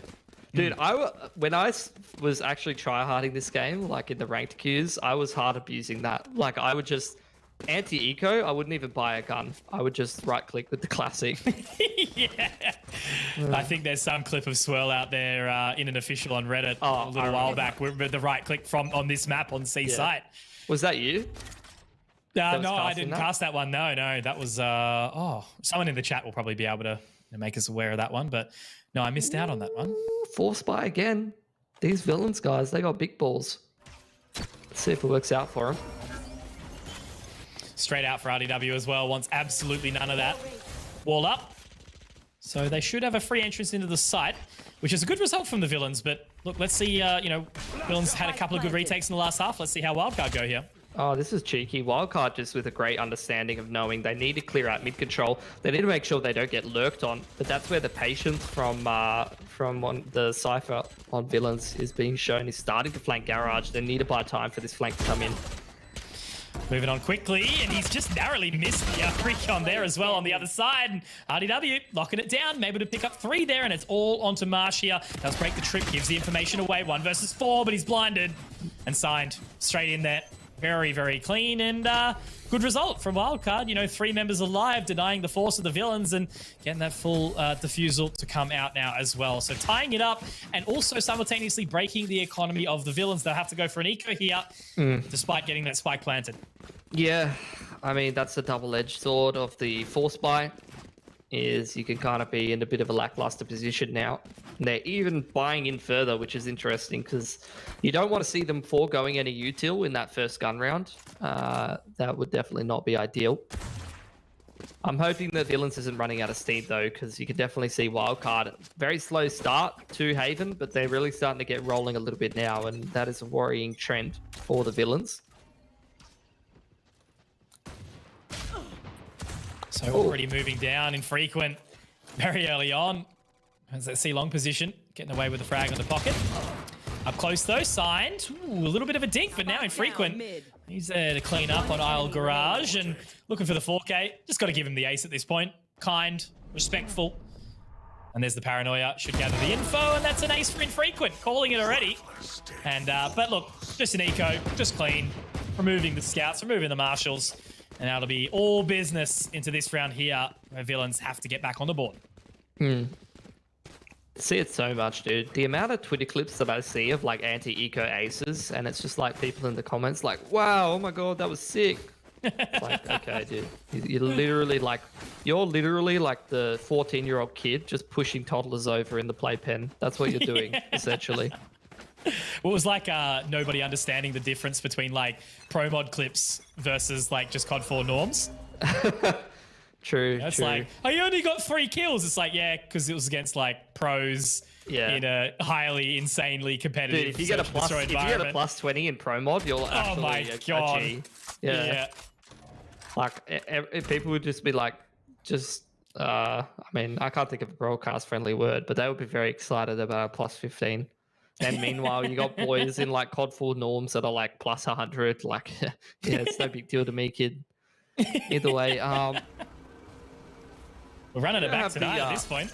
The bonus here, that's a nice little taken out of the troop. With the drone there, the push through A main though is punishing Marsh, who was meant to be keeping an eye on it, but unfortunately he has taken a bit of a snooze at the wrong time and got caught with his pants down, so Villains will have to navigate a 4v5. They're going to go back for that A main control, but with 40 seconds on the clock, they I mean, essentially, if they try to take this part of the map, they're not going to have too many options open. I'm actually getting a little bit worried because they are very split up. There's only 30 seconds on the clock, and there doesn't really seem to be a strong sense of cohesion. Finally, now they're starting to group up with 25 seconds on the clock.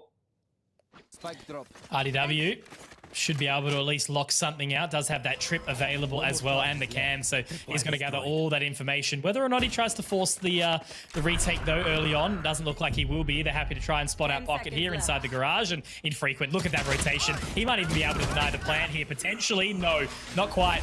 Myth's going to be ready for that one, but Science will deny as well with Sue. Now Myth, 1 versus 4, will be able to pick up one, has to turn away.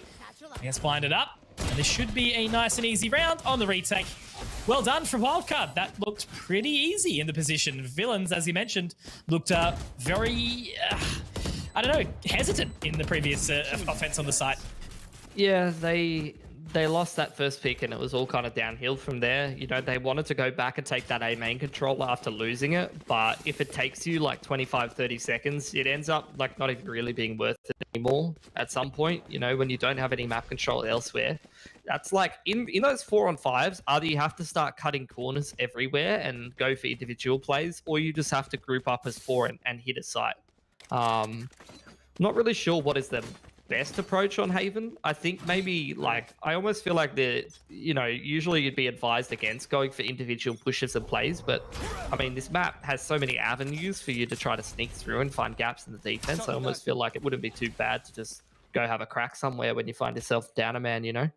Yeah, this map definitely puts hair on your chest in that regard. You know, you have to really go hard. You know, if you sort of just roll over and try to play a bit more of a passive route, especially on that defense, you can sometimes be in for a bit of a rude awakening.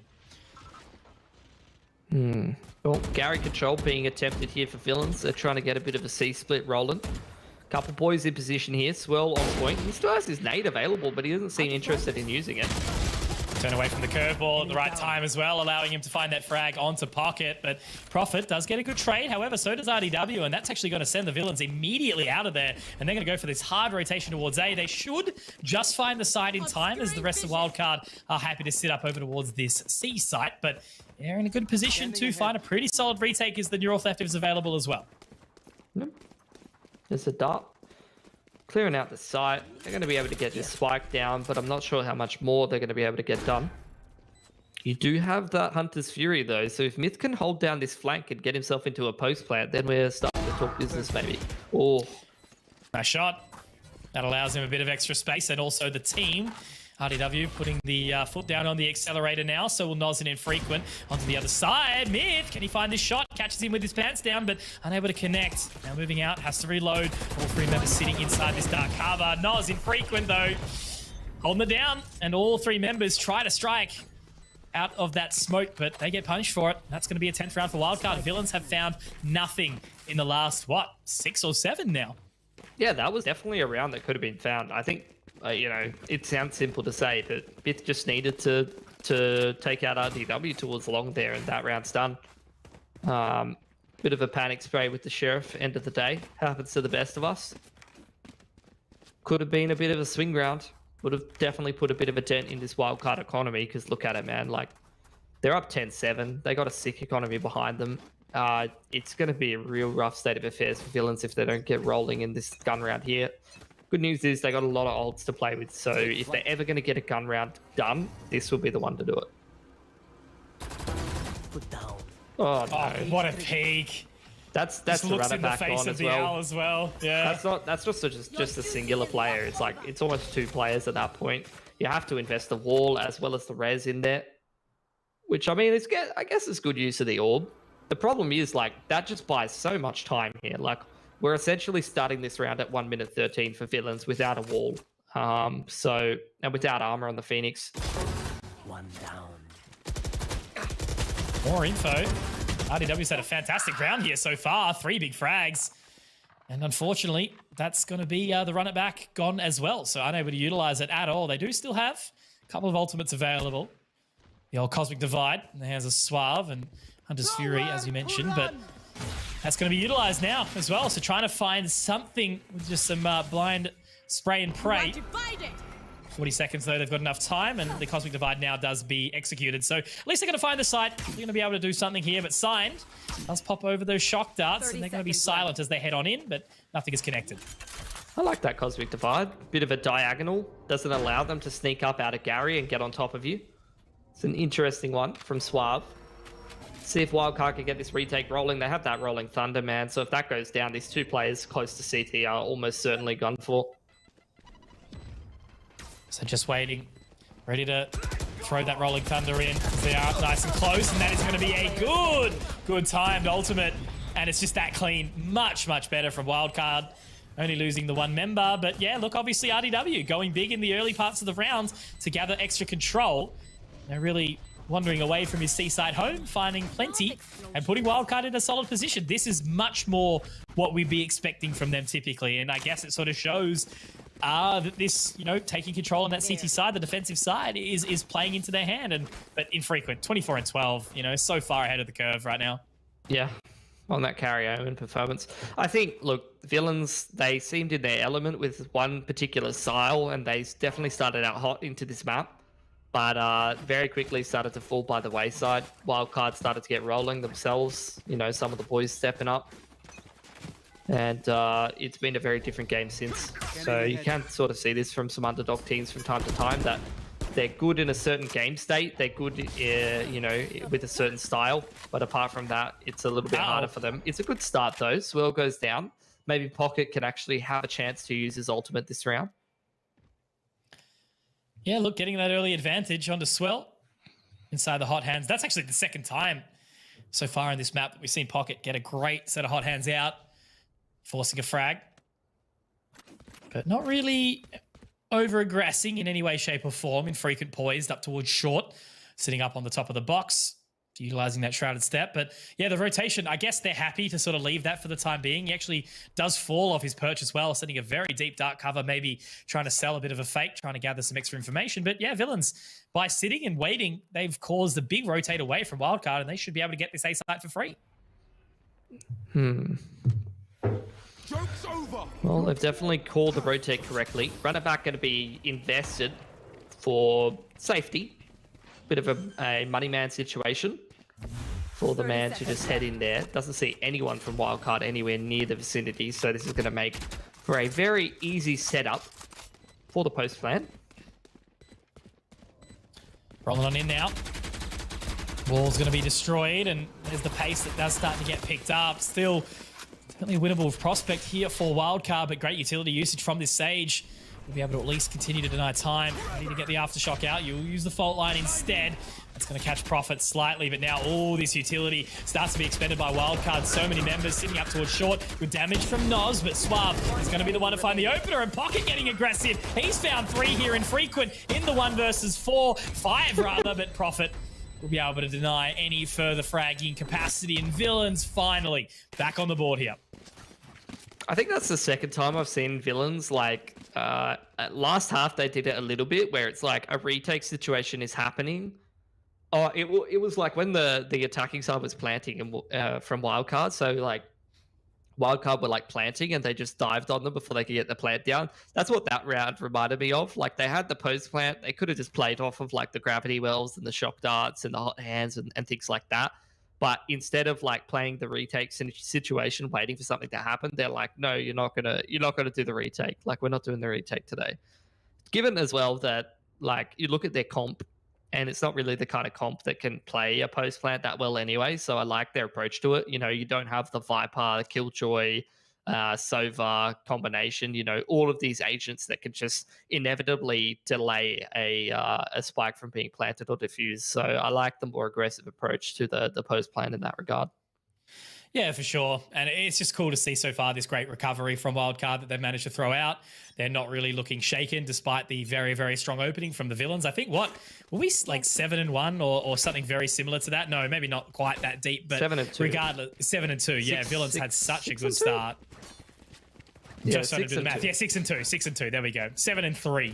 So still, regardless, you know, that's a really, really solid start. I just feel like I want to one up you now with the numbers. 8-4. We'll call it 8-4. Oh, yeah, 8-5. 8-5? Oh, 10-2. damn, bro. Final offer. All right, if we quit. So, hey, don't you start trying to do deals with me, young man. I'll sell you the socks on your feet. Really? I'm wearing odd socks, so that's going to be a hard sell. Anyway, do have Frequent on the operator.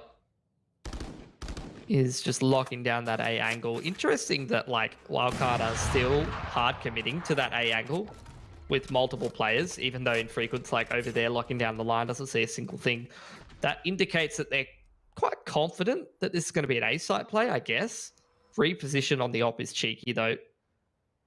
Just looking at Villains, you know, they got that like top mid control, but like not really anything else happening with 50 seconds to go. Kind of wondering what the game plan is from the lads.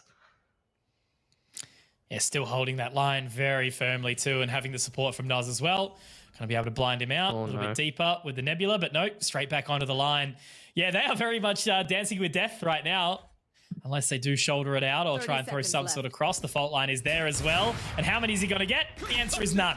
We'll have to fall back. Fault line will give him some extra space. But now with 20 seconds left, they've got to pick up the pace. And Infrequent, there's 2. Give him more at this point as well. He's already started to open up very early on. Swell's going to send the showstopper down. But Marsh does at least get a trade. So does Suave. But 11 seconds. Noz can just swing. They can continue to look to deny. And there we have it. Signed and Noz to close it. Now Wildcard put themselves up at map point here, Mitch. Yeah, it's been a great recovery. I mean, we were talking about it.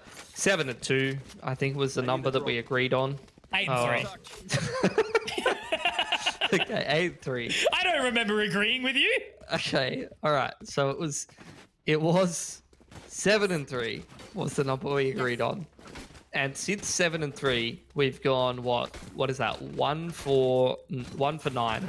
Yep. In the favor of Wildcard, which is pretty insane. Like, it's been a night and day game. This was the game I expected. So You know, call it what you want. Slow start for Wildcard, good start for Villains. It's a different game now. We're playing Wildcard's game of Valorant. Indeed, we are. Chess versus checkers. There is a 1-for-1 trade. Oh. What's the... I'm going to have to think about it. Oh, Mahjong. Mahjong, that's right. That's my mate. My mate is obsessed with it and he won't stop. Dude, anyway. my mum loves a bit of Mahjong on the computer. When I was a kid, she would be hogging the Mahjong when I was like, Mum, I just want to play some StarCraft. Can I have the computer time? And she's like, nope, I'm your parent. I decide if you get to use the computer or not. It's Mahjong hours. Just alpha mail me. So yeah, this is the last ditch effort for the Villains right now, and Signed isn't going to be spotted. We'll break the dart there.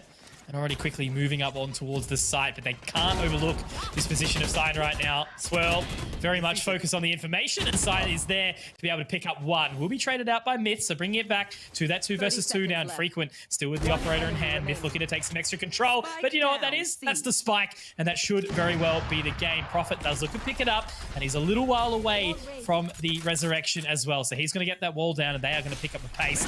Going to find in this 1 versus 2. That's the aftershock as well. We'll force him off the line. He can look to reposition, but that's a great flash in from Noz. But Prophet, he's actually sunk his way back into this. However, the swing is out and the jig is up. That's going to be Infrequent, closing it with 2 frags in the round. A Wildcard walking away with a 13-8 victory on the map pick of Villains in Haven. Not your day, is it? Wow, what a turnaround. You know, 7-3, and then after the initial first 10 rounds, we end up going, what, 10-1? That's pretty insane. Like, that is a hell of a comeback from Wildcard. I think they just took a little bit longer to get rolling there, and a hell of a map for Infrequent, you have to say as well. Yeah, I think he actually sat on 30 frags towards the end of the game, which, really shows, I guess, what he can sort of lean into. And I guess after Ninham, taking the step away from the team, he gets to pick up the operator a little bit more. And interesting to see it on an Omen. It's not quite common that is always the case, but it works, man. And I'm definitely proud of the comeback that Wildcard had there, but also the good showing from Villains. And I think with some tweaks, they could definitely do a little bit more. But look, right around the corner, we're going to have Icebox, so don't go anywhere, guys. We'll be back after a short break.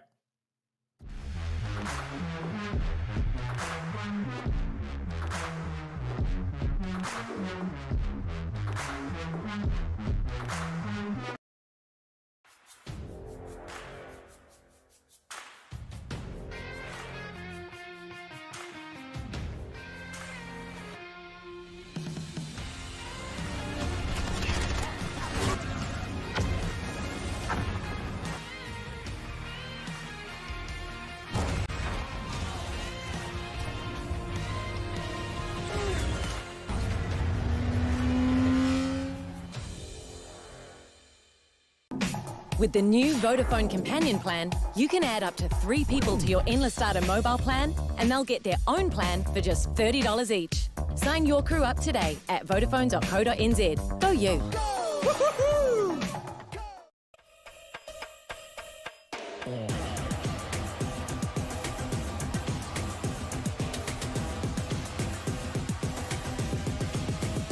Show me what you got. Back that up, back that up.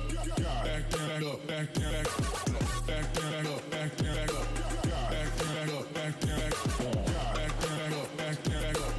Back that up, back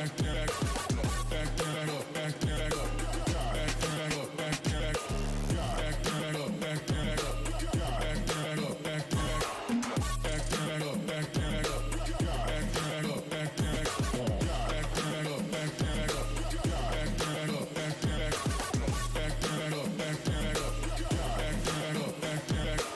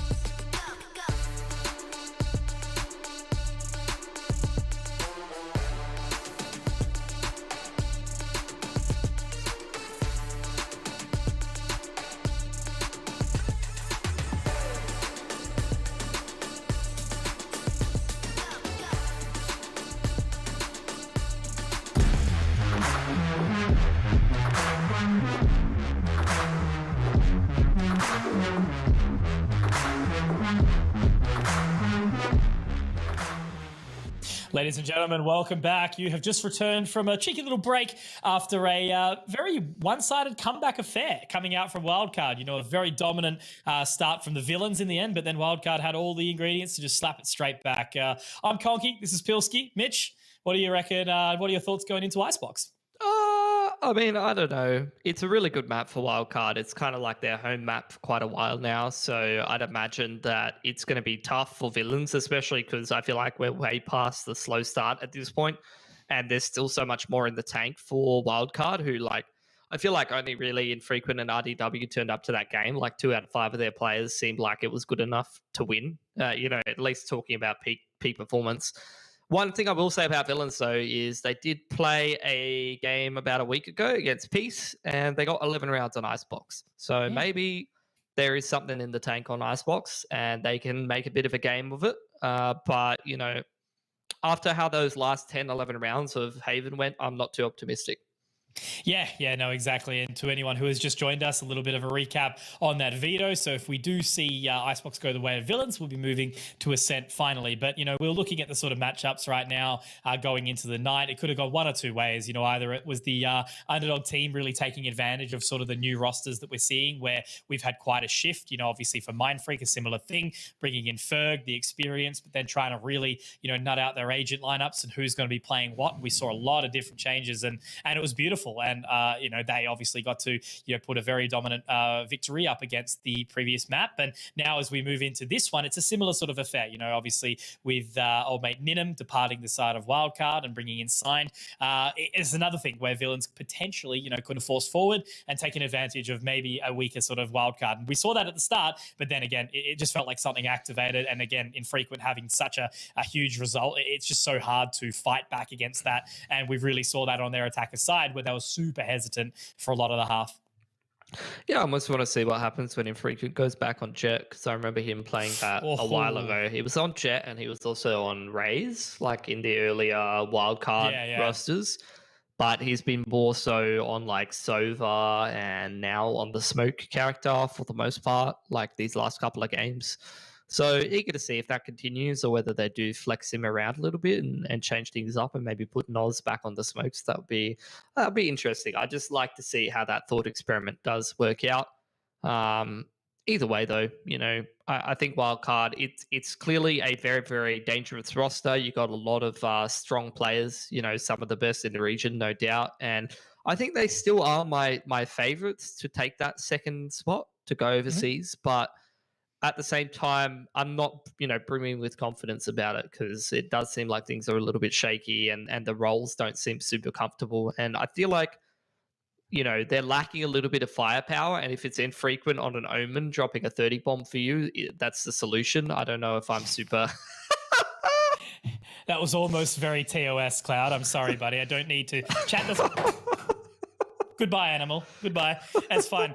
I was just going to sort of actually bring back the focus onto how, what's it called, like, you know, losing Ninham in that sort of regard, wondering how it was going to be. Because, like, having Infrequent back on, like, your Jet or something like that, you know, he was, one of the best AWPers in the region coming out of, you know, the Counter-Strike days and very, very proficient on that AWP. So it was cool to see him actually back on that operator with the Omen in the last one. But, regardless, you know, I want to get back to a position where I'm sort of convinced into what is much more of a solid, you know, rest of the top four, like Order just really unscathed. And then I started to get super excited about how Wildcard, you know, managed to take Order down a peg, you know, and it wasn't just them winning in the upper bracket and then like, you know, going out in the grand final, like they won in the upper bracket and then they 3-0'd, like they just crushed the domination, you know, the competition all the way through. And then I think, what was it, like a 13-3 on split or something, like at the last map, just to wrap it up. So that was when I was like, you know, hell yeah, we've got like a really solid second or even,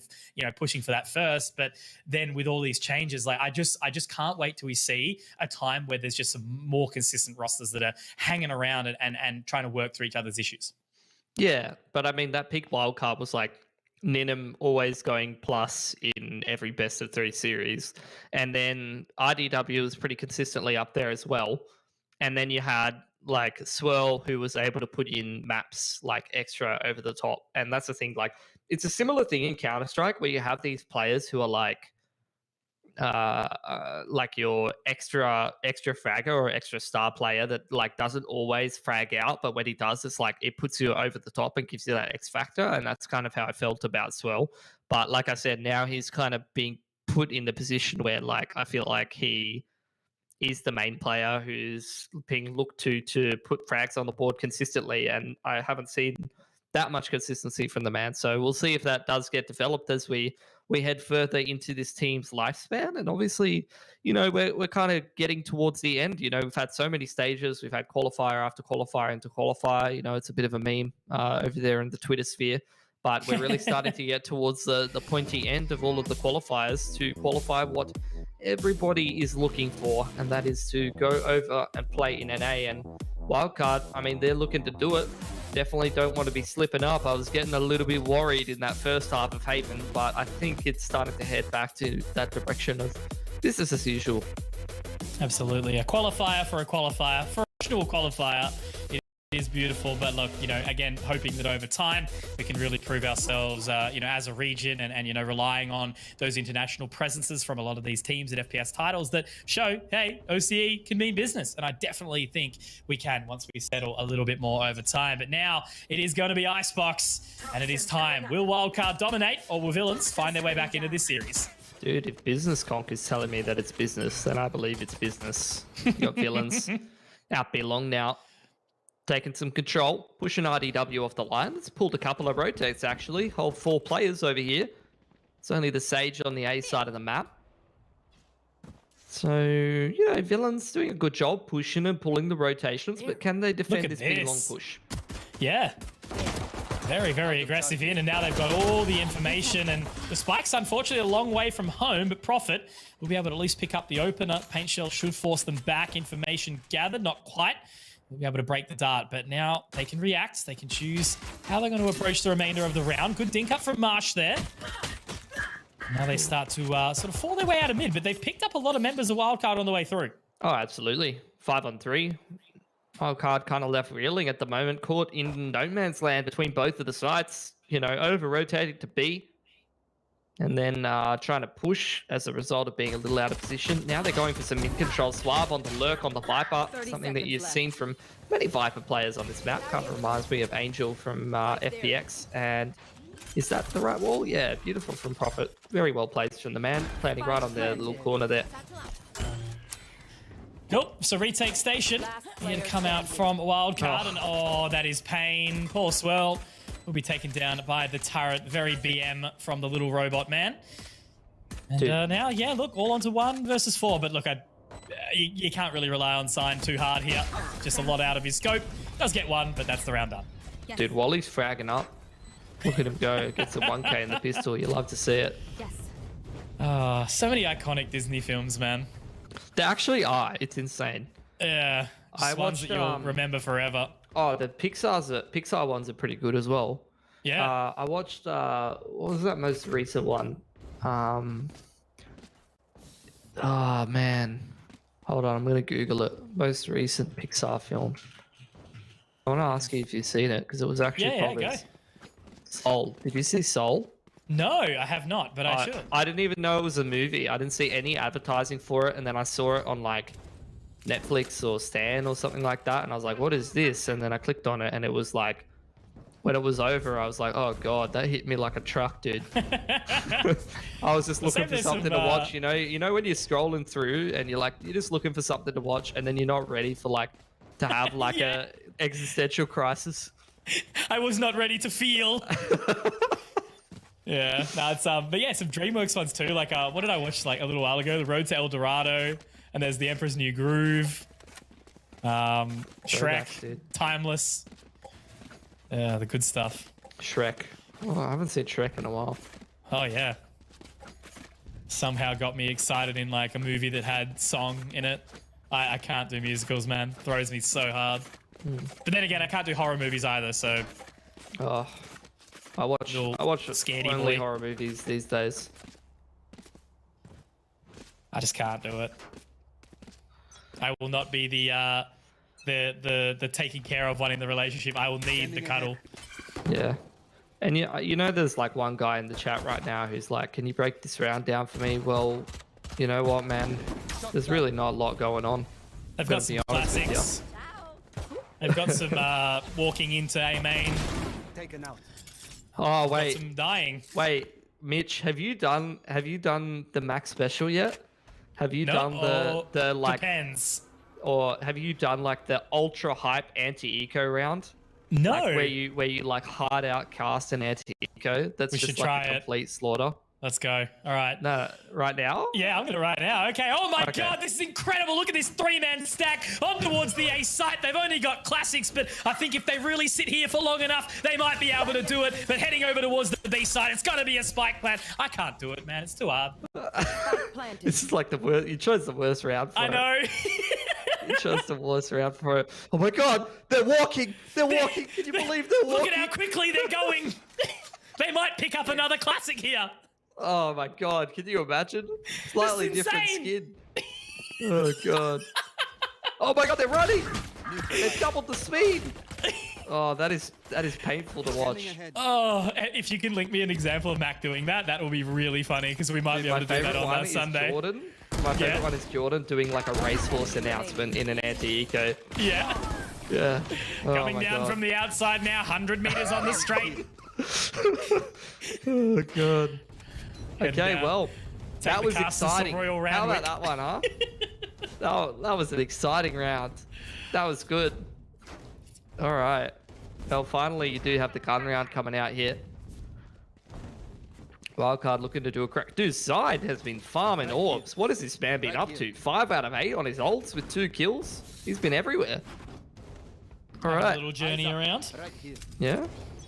Anti-eco time for the boys on so anti-force Revealing rather. So anti-bonus. I got there eventually. You know, words are hard. Thank God it's not my job to talk. That was probably one of the most humbling things when I realized both of my jobs are to talk and and mostly talk smack as well. Just mush mouthing everything. Yeah. Oh, the drones back and forth. See a couple of blokes over there towards A main. Oh, that's Good a nice shot. kick for profit though. Good little opener there. More and more duels being taken. The couple of them being won here by Wildcard, going to give themselves the man advantage. You got Wally. He's guarding mid. No one's getting past that man. A dominant force, unstoppable, and the temptation to do the impersonation, but I will not. It's like Either. I might stoop to that level in my cast sometimes, but today is not the day. We'll try and observe as they look to waltz their way in now to the A site. But yeah, very adaptive. Wildcard seem to be pretty ready for this one. Looking to cruise on in now. Dart goes up. Will not quite spot out Infrequent. He looks low and tries to tap away, but all of this rotation is here again. As we mentioned, Infrequent drops Suave. Marsh is able to at least get one back, but Signed is poised. He gets actually tagged up a little bit here. Could be a bit dicey getting dropped to 26 now. Spike gets planted, but Swine goes for the swing. No, it doesn't even go down. It should be a clean up. And there it is. Round done. Wildcard back in. Did you just call him swine? Maybe. You get caught between swirl and side, and you just end up abusing one of the players. Swined. Swine. Oh, dude, if there's actually a dude with the handle swine, I'm gonna lose it. Oh God.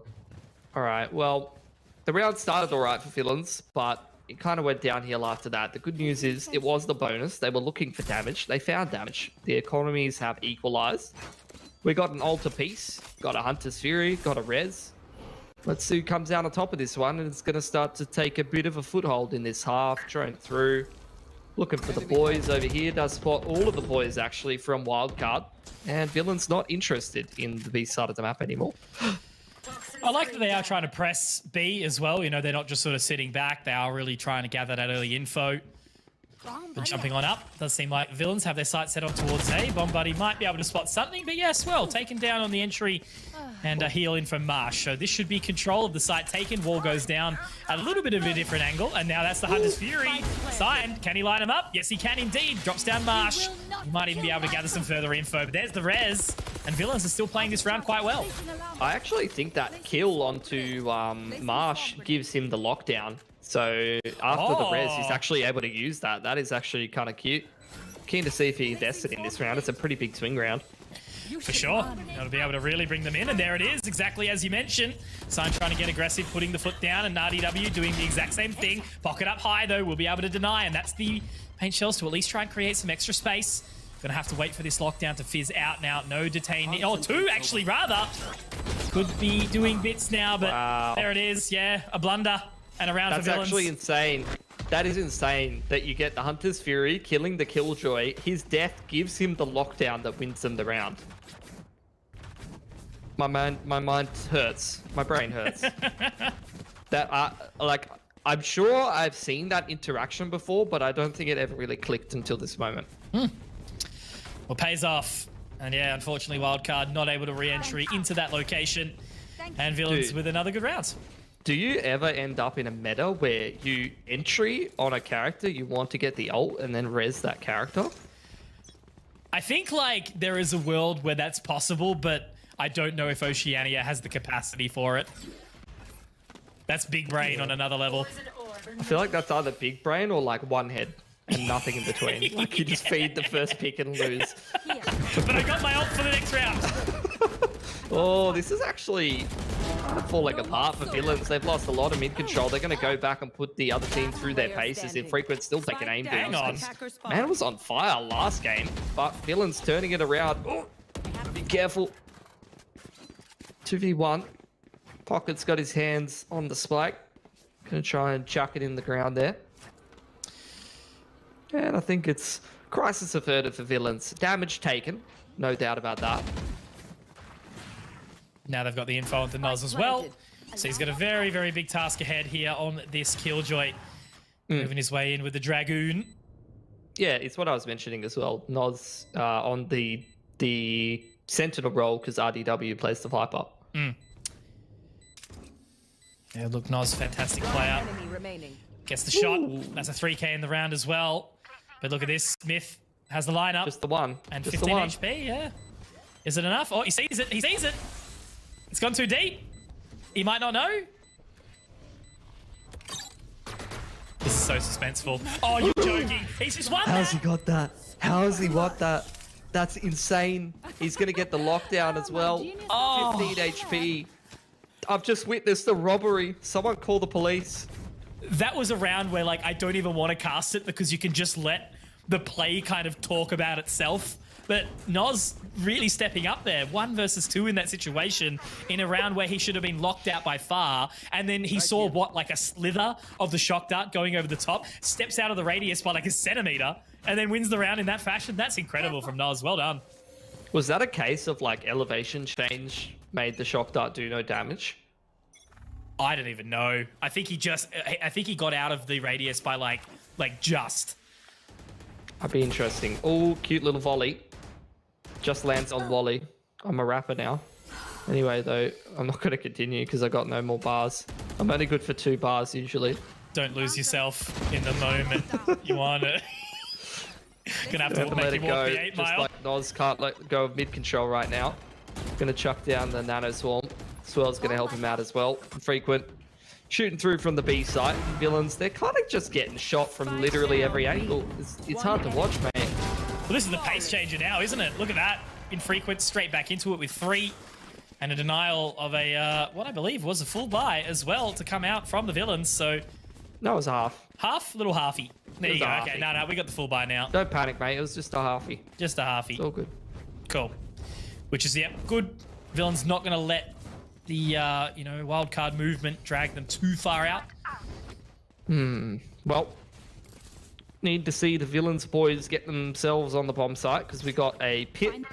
We got one off a showstopper if we can farm ourselves an orb. We got a Hunter's Fury for the post plant too. A couple little tools they can use for success. Also can hold that Hunter's Fury for the anti-lockdown if they do so, please. Swirl again, 6 rounds in, yet to find himself a frag. So, not sure what's going on with the man. I Bit of wonder- a rough couple days. Yeah, it's interesting to witness. Hey, like, I wonder, is he just not feeling it? Like, is he not in it mentally, or is he just having a bit of an off day? And I guess that's one of the things, right? You know, like having the real like aim heavy, skatey, high sensitivity stuff. Like, you got to be warmed up for that too. Yeah, I guess so. I don't know, man. not like super worth reading into, I guess. Nah, for sure. It's kind of good though, like that wildcard just has so much quality and so much good macro that they're able to win no matter what anyway, at least against a team like Villains. Yeah, not having to rely on it heavily. Okay, that's an interesting lockdown. Deep in towards middle there. Going to flush out all of that A main area and pushes all of Villains back into spawn with 40 seconds on the clock. That's actually going to buy a lot of time here. Nobody detained. 30 seconds. 30 seconds left. And now as they walk into mid, going to be utilizing the Poison Cloud to get their way into the tube, actually, on towards the other side. But, you know, Villains really need to pick up the pace here. 15 seconds and they're walking into the kitchen. Wally's going to spot him. Unfortunately, there will be no English breakfast there as they do try to march their way towards the side. RDW gets spotted, but they're actually able to find a couple of frags here. Pocket and Myth will be able to do something, and he's going to plant, and he does get it down. But that's the Viper's Pit up towards the top, and Villains have actually walked away with a pretty decent result here in a 3v5. Dude, they've just straight Navi'd them walking into the site with literally no room for error, but it's worked out. The Viper's Pit in the top of the site, that's an interesting one. Spam coming through from all of the wildcard players in towards Snowman there, but how the hell do you get back into this retake? What the hell? I've never seen the Viper's Pit do that, like spread vertically down. Yep. Crazy how it all does pay out, and I don't think, you know, Wildcard are really super keen in trying to retake that one either. And look, at the end of the day, don't blame them. It's going to try and waltz their way out, but look at Pocket's positioning. There's one, there should be two, and maybe even a third, just for good measure. 4K for Pocket in the round, very, very clean, but they definitely made me a little bit scared in that situation, given how long they left it before they got to the side. And RDW didn't even seem aware that people were going to be through kitchen. Like, I'm not sure if that was miscon from Signed or whether he just wasn't registering it, but I'm pretty sure Signed heard at least two people. He saw the snake bite. He would have heard the boys thundering through tube, and RDW didn't seem too, like, perturbed about it, really. Wasn't quite ready for that. Frequent back on the operator, though, as we head into another buy round. We do have a Viper ult on top of the 410 box, which we do often see. And Showstopper available here for Pocket. Eager to see if he's going to try to invest that to try to take the Viper out. He's going to pop it there and does actually take the Viper out. So beautiful little stuff from the Raze man. And Swell's been taken down as well. So, you know, even inside the Viper's Pit, which usually can be quite a big deterrent, they weren't fearful at all. And great space created by the Villains. And now Infrequent has a lot of ground that he needs to make up, especially if he can try and find his way to get that res off. Yeah, res, as well as a wall for the post plant. Do have a couple of nano swarms on the bomb, which need to get cleared out there. There's the res onto Swell. Villains just trying to buy time for this Sova flank to come in for themselves. Swell's got the Showstopper out as well, looking to pop over the top. Infrequent's going to be able to take one. Where does he send it? Up towards the top, but it doesn't quite hit. And now Myth, is he onto the right angle? Is he onto the right side? Wally spotted him out. Will he be able to deny? The answer is no. And they are going to be able to close out the defuse. 3 members alive, and a good result there from Wildcard, despite the early entrance from Villains. That was another iteration, by the way, of Swell being 7 out of 8 on the Showstopper, dying, getting res, then popping it. I feel like this is going to, like, live in your head for a little while now, and you're going to be very observant. I'm going to be thinking about this so much. Like, my brain's actually broken now. Okay, so they're in another bite. How do they approach it this time round? Villains lose this round, sort of does throw them off a little bit and allows Wildcard to very much get that foothold back. Because what are you sort of thinking with this map at this point in time? Like, are you sort of still feeling like it does have a side, or is it kind of 50-50? I'm still leering a little bit more towards 50-50 at the moment. I have no idea, dude. Like, the games that you see on this map are, like, so different sometimes. Sometimes if a team's got a really good feel for the attack side, like, they can just dome you. It kind of reminds me of... Oh, hold on. Got a fight here from Swirl, a 1-for-1. That gives Marsh the lockdown, actually, but I think he's going to get caught off by Infrequent. Not expecting that singular player up towards yellow after taking out that site, and well, B long player, I guess. You expect that to be the site anchor and for him to be left to his own devices. Meanwhile, lurk through from Myth does gain a lot of ground towards A here, and the bomb will be put down. He can't lull them into a fall. False sense of security here. He actually gets spotted. Oh, no. Myth, a little bit of a blunder there, and now he's going to get swung on. He was in the position to make so much happen, but now, unfortunately, they don't even get the spike, potentially profit. 1 versus 4. We'll be able to find the opener. It does have the res available as well. He could actually send that over onto Myth on his feet. That's going to be another shot that does connect, but he does have to pick up the Phantom. Oh, there was a potential. I definitely saw a world where he won that, but regardless, great composure from Wildcard. And yeah, like Myth steps a centimeter, an inch into that Hunter's Fury, and it all falls apart for him. He just got unlucky, man. Like, Yeah. he made the perfect read, the perfect play. Sometimes you just get a bit unlucky, dude. Can't do anything about it. Unlucky Oos. What's the map in, like, I'm actually, my brain is like not working right now. What's the map in Counter-Strike where like it can go a nuke? So it reminds me of Nuke, this map, where it's like some teams, I swear to God, make it look T-sided, and then Yeah. sometimes the CT side's really like kind of rolling a little bit. For sure. That's what Icebox reminds me of. Some teams, I watched them play the attack side of this map, and I'm like, dude, this map is broken for defense. Ooh. That's a nasty little shot there as well. I wasn't expecting Signed to be taken down for that position. For Noz, but Myth, that's 2 in the round. With the Picks up Sheriff. the Phantom out of the sink, dude. Yeah. There you go. Crazy All washed, stuff. Nice and clean. Just cleaning off the Nerf gun at that point. Love to see it. We've ended up in a 4-on-3 here on the little half buy. Got a couple of boys with a rifle in hand as well. It's a nice little situation for villains to try to steal away around here, actually. What was Wildcard's money looking like? How many did they survive with last round? I'm kind of interested if this is going to really screw with their money towards the tail end of this half, because this could actually kind of be a bit of a swing round if that's the case. You could see villains pick this round up. They pressure the economy. If they win one more, they can break Wildcard's money right at the last round, and all of a sudden you're looking at a 7-5. But Yeah. that's in theory.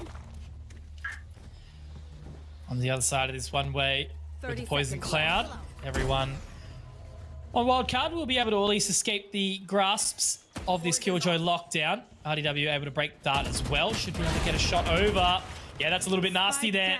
As soon as the the toxic screen goes down, does get taken down very, very quickly. And now Pocket can't quite connect the shot as well, but in the end does take down RDW. 10 seconds though, they've got to try and find this plant immediately. Yeah. And it just doesn't happen. Good composure from Wildcard. Yeah, I feel like you almost just can't go B sometimes when your Sage dies. Like, no wall for the B plant is like big sad energy, unless you're like splitting through middle and you're able to actually get onto the site and like plant in a safer position rather than that default plant spot. Like, without a Sage, that's just not happening, dude. Yeah, a little rough. But, you know, Wildcard can have done well to recover in this situation, and another buy for the villains, another attempt moving into the last couple of rounds of this half, and it's still very much up in the air who has this game on lockdown. So I'm thinking about a bit of a 2 push. B long control being taken once again, pushing RDW off that line. Villain's doing a good job just securing map control. Not too much investment. It's getting close to the Hunter's Fury towards the tail end of the half. What's the go here for villains? They secure B long control. They're going to start walking back towards A. Still have that Sage res to burn. And no other ultimates for Wildcard either. Still looking towards building them up for potentially the last round. But moving on in towards A, and Frequent holding that line. Does get timed slightly. We'll be able to break the dart, however. But that has allowed an immediate entry in towards the site. The toxic screen is going to force Infrequent away as well. So wall goes down. Look to sort of isolate that position as well. But a straight on 5v5. Res still available for profit. This is going to be a tough one for both teams. Yeah, do have that flank coming out from RDW. Both of the Vipers kind of sizing things up. Noz, that's really not the ideal position for his Nanoswarm to be landing. They're starting to filter into the site, but it doesn't seem like it's going so well for Wildcard. They're losing a couple of players here and there. And 4-on-2, looking good for villains to be able to close here. Infrequent, not really feeling too comfortable about retaking with that operator, but maybe the flank from RDW can turn the tide. Probably not. All of his teammates have died by the time that his flank does come into the equation. And that's a nice round for villains. Kind of just walking up onto the A site and avoiding the operator Infrequent means that they're able to secure that round pretty easily. It's crazy how just like a second step, you know, takes the frequent off the line and he misses the shot, allows them to jump straight on in. But that's a good one, I suppose. And it's an interesting sort of, you know, thing right now. You know, we look at the scores and I guess they are sort of starting to get a little bit closer. Noz and Infrequent are having a good one. Sign's not doing too bad. But yeah, RDW and Swirl really sort of struggling. And it does come back to that sort of merit where, you know, Wildcard not really having to rely on all five at all times to be firing on all cylinders. Villains getting a little bit more equal with all their frags, and ultimately it is showing, but that is going to be the ultimate picked up, and the Viper's pit straight down coming out from RDW. Yeah, the pick through mid for Infrequent. Quite happy with that. Rez comes through for Suave, so he's being able to be put back on the field. You do have the pit available for villains as well off the back of that Rez. Actually, again, that's another interaction of the ultimate being available thanks to the Rez, and he's going to pop it as well, but goes down straight away. And he's found a couple of frags in the process as well. Very nicely played from RDW right now. Now Myth looking for some extra control, and he will be able to do the old Born identity as he crosses on the trip on the zip line. Now RDW continues to find more. Three, make it. No, not quite. Pocket will be able to deny, dropping the pit, and now they look to rotate out immediately. I mean, it's a 4-on-2 though, dude. Like, you get the res in from Infrequent. It's not the ideal scenario.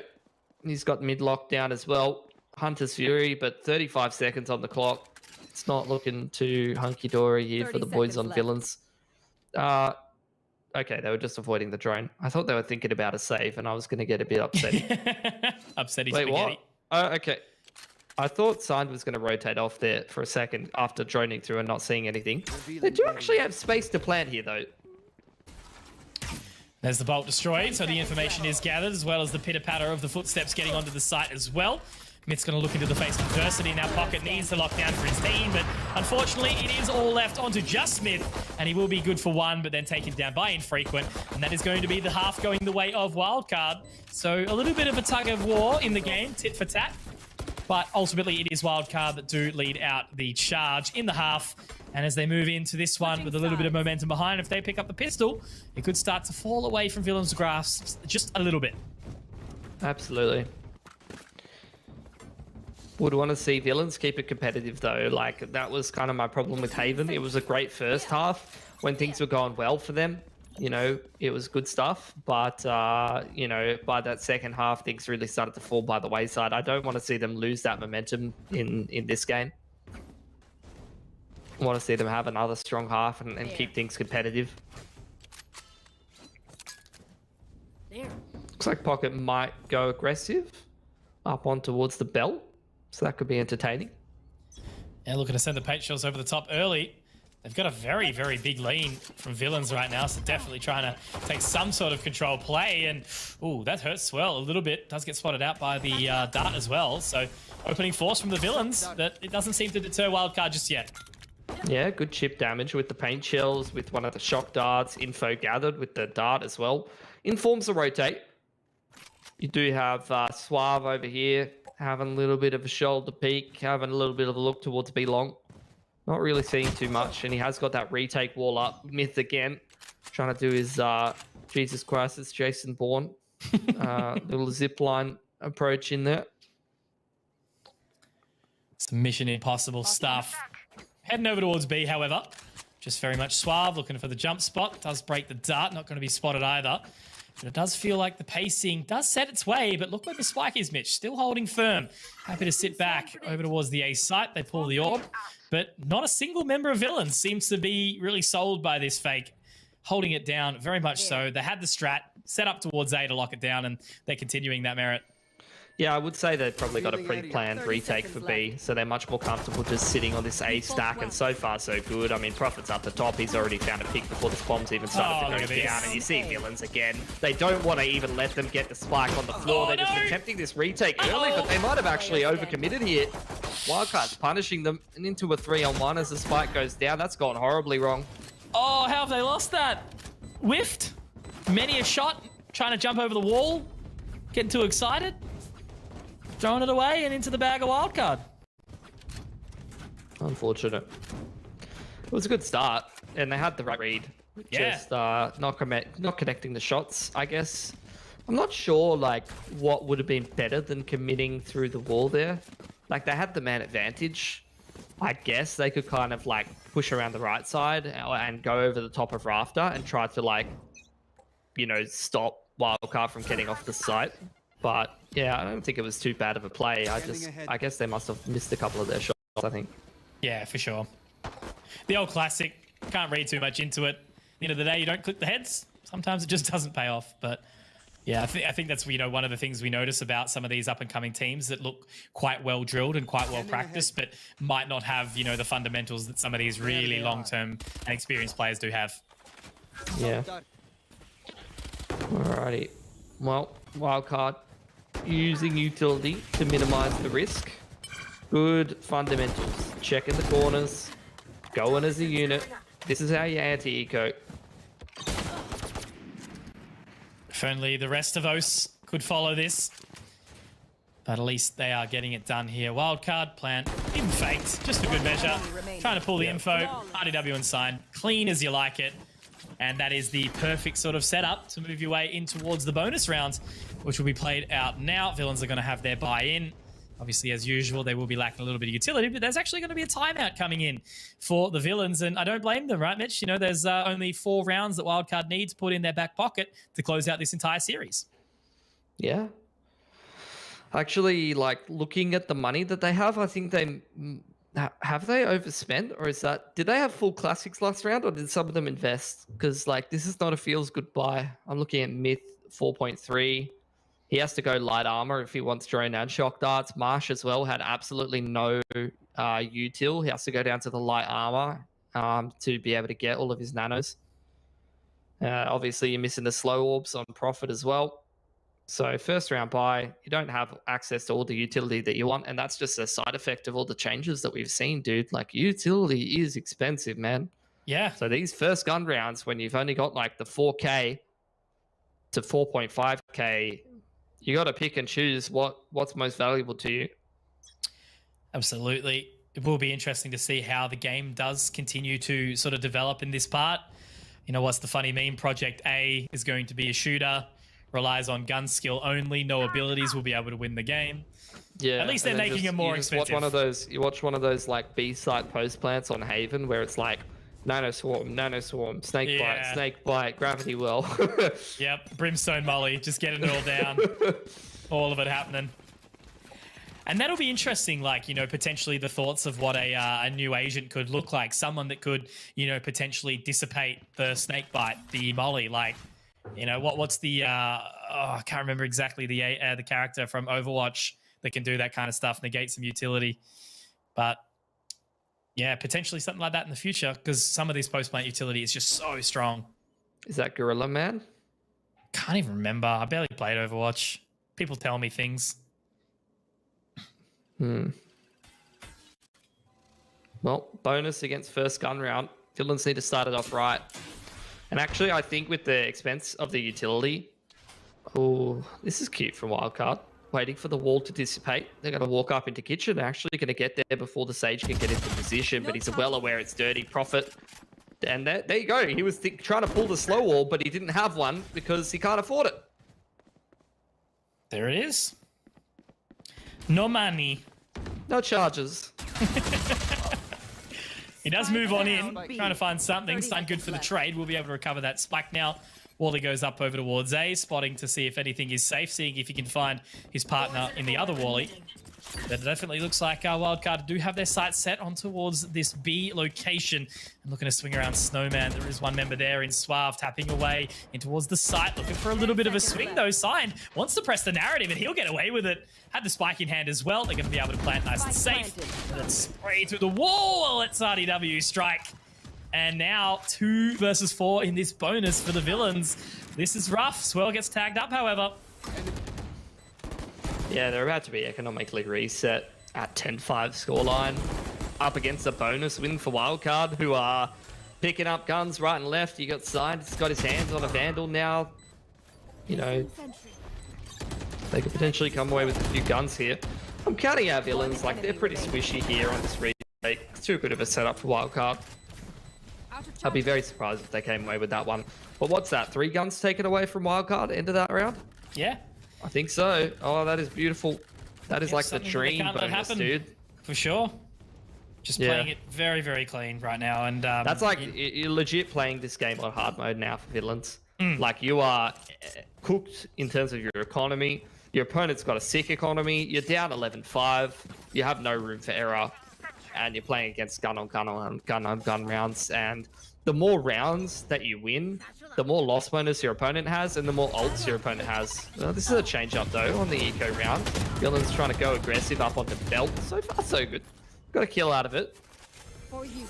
Yeah, at least making something happen. You know, they're not just rolling over and dying by any means. They're trying some different things. But Swirl will open up at least. But then it is traded out quickly by Prophet. Infrequent there to resurrect his buddy. Not by the ultimate, though. And in the position, sitting, waiting. Still haven't even looked to push forward. Waiting to see if there will be any rotate pulled. And Marsh is just going to sit pretty up towards that B-long area. Well, another exciting anti-eco round. Oh, it started exciting. It did, yeah. They tried something. Yeah. But now it's going to be a bit of a resident sleeper for a little while. So, yeah. Tell me, how was your day today, Mitch? Good day? Yeah, no, not bad. I mean, saw a client, got some stuff done. And, yeah, I think main thing is not really getting a whole lot of sleep lately with these Cologne games on, but that's okay. It's worth it for the boys. How was your Valorant grind? My Valorant grind? I didn't get to play any today, Oh, unfortunately. there you go. I was doing housework simulator. Oh, wow. Oh, hold on. Is Suave going to be doing some housework here, cleaning some boys up? Oh, okay. Hold on. We'll give him a chance. Jason Bourne, ready to drop on in. Enemy remaining. Oh, what? 2. 1v1. Shouldn't be allowed. Heading up to the belt. He's got the toxic screen. He can look to potentially get half onto this, but no, Infrequent's not going to have it. There's the poise. You can't just zip line across and 1B the dude like with the sheriff of all guns. Dude, you think it's like one of those things, you know, when a game first gets released and it's kind of like there's some things that maybe haven't been ironed out or anything like that. You can still like almost 100% accuracy on ropes. It is just a meme. I mean, the jumping, they took ages on the jumping classic. Yeah. And you can tell it's like a design choice as well, because every time there's one of these stupid bugs like the Sova Dart bug, or like the Nvidia bug, like they get fixed in an hour, and then meanwhile there's just like, I could shoot accurately on a rope for like months. So it's like they clearly think like this is a good idea. Yeah, correct. Because they are so on point with their bug. Dude, CS, it's like there's like bugs that have been in the game for like 4 years. For Riot, it's like Yep. on Reddit, some obscure Reddit posters like, I discovered this bug. It's like, it's gone. It's been patched. A pro player will make a complaint about something and it's just immediately gone. Probably like a Riot dev sitting in their stream being like, oh bro, I got this. All right, well, Wildcard, a whole lot of ults here. You got the Viper's Pit, you got that retake, Killjoy Ultimate, you got the Hunter's Fury as well. So if they get this spike down, then it's going to be very hard for villains to get back into the round. Hasn't been forced down yet. Wildcard not feeling comfortable enough, but now that they're starting to find some entries, they might think differently about that. Does get traded back from Marsh, who's doing a good job to hold on to the site. There's the lockdown invested. Wanted to keep it for the post plan, but hold on. Marsh is just putting this round on his back. Look at him go, dude. He hasn't stopped. He is charging around this area. Now they will find the spike plan. How's this happened? The defenders have gone past the site onto the other side. Swell now up top. Should have definitely heard something. He's got a lockdown. Yeah. There's just so many things and so many elements heading into this one. Does he try and send it down? I mean, look, you're running out of chances at this point in time. Pocket will be able to dive in. That's going to be the pit going down. Wow. Marsh has found another. And now it's all on a side. He's in for the long haul, trying to get around to that other side. They still haven't tapped onto the defuse, though. Might be able to walk on in. Spots out one. Great dink. But he's just going to lock the defuse. Just going to hold it. Just going to hold it. Just going to... Oh, Marsh. And Marsh what gets a the dub. bloody round, dude. A 4K. Like, Villains had absolutely no business winning that round. And he literally just put the team on his back. He played so well around that Viper's Pit. He was chilling in the top of the site, just finding peaks right and left, doing his Jason Bourne impression on the zip line. Yeah. And he's actually legit just committed robbery right before our eyes. Problem is, though, it's exactly like I said. Okay, Villains, yeah, sick round. And here's your reward. Your economy's cooked. You only have 2 rifles in this round, and Wildcard's money is still awesome. So that is the unfortunate side effects of... Oh, no.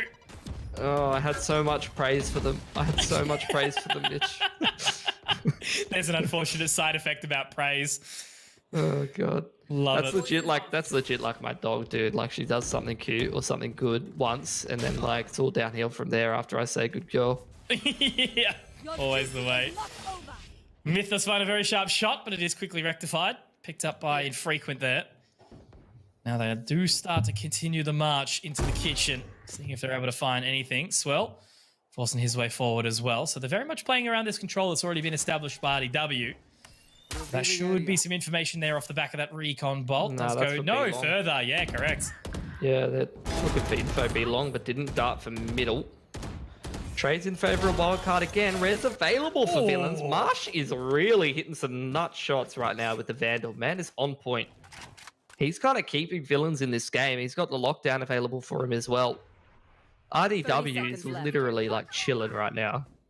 He's There's big the res chilling. too. Has not moved a single inch right now. Well, they've got the wall available. We'll send it down. Able to get that spike planted now, and it's in a slightly different location. But just basically whenever RDW does get spotted out by Wally, and by planting it slightly different, it means the Hunter's Fury is completely off. Yeah. So this could be big, and he's actually brought the turret away, but Marsh! Doesn't matter! Doesn't matter what he's doing. Yeah, he's hitting shots. Making it so hard, and Noz is barely on any HP at all. Should be the round pretty much done. The shock dart to clear it, not quite. But it will, no, hang on. Marsh then whiffs that, but that's okay. They get the round. That's Yeah, big, there's still though. someone in this. Three guns is definitely going to help out the money. That's going to give them a much better buy heading into this one, because that last one was the one that was pretty cooked. Like, it was like Sheriff, 2 Spectres, and 2 Vandals. And I was like, this buy looks terrible. And then they win that round. And now this is the swing round, okay? It's been a long time coming. This is why it's such a difficult position, because look at Villains. They've had to win 2 gun rounds in a row, and now they have to be asked to win a 3rd gun round in a row to actually just reset Wildcard's economy, and they have a chance at making it to double digits. That's how far behind they were. And I did not back them to do it. I was kind of like, this game's over in my brain, but they are really making a run here. Swell doing a little bit of different running, using the satchels to get his way all the way in, and unfortunately nothing is spotted out, and he does lead RDW into his death. Suave will be able to pick that one. Viper's snake bites come out, and Swell, he's gone down as well. Suave also feeling it. They've got to be careful here, Wildcard. Getting straight back in. Frequent unable to find it as well. Myth gets another. Suave gets 4. Hang on a minute, Mitch. We've got a game on our hands. Absolutely. 5 alive. That's an economy swing if I've ever seen one, dude. Did he use the pit? No, Or has he's still got it. He's still got the pit? Oh, hang on. The pit. It looks like he... Yeah, it's a... Dude, I actually never know. That Viper ult, like, icon on the HUD is cooked. No, he's got it. He's still got it. Okay. Beautiful.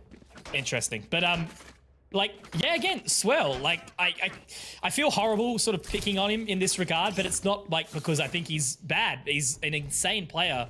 But, like, that round there, you know, obviously he tried to be the man to create the space in, but he popped the ultimate with barely sort of any information on it. And I guess it all makes sense in what he was trying to do. But, yeah, it just sort of has led a couple of members.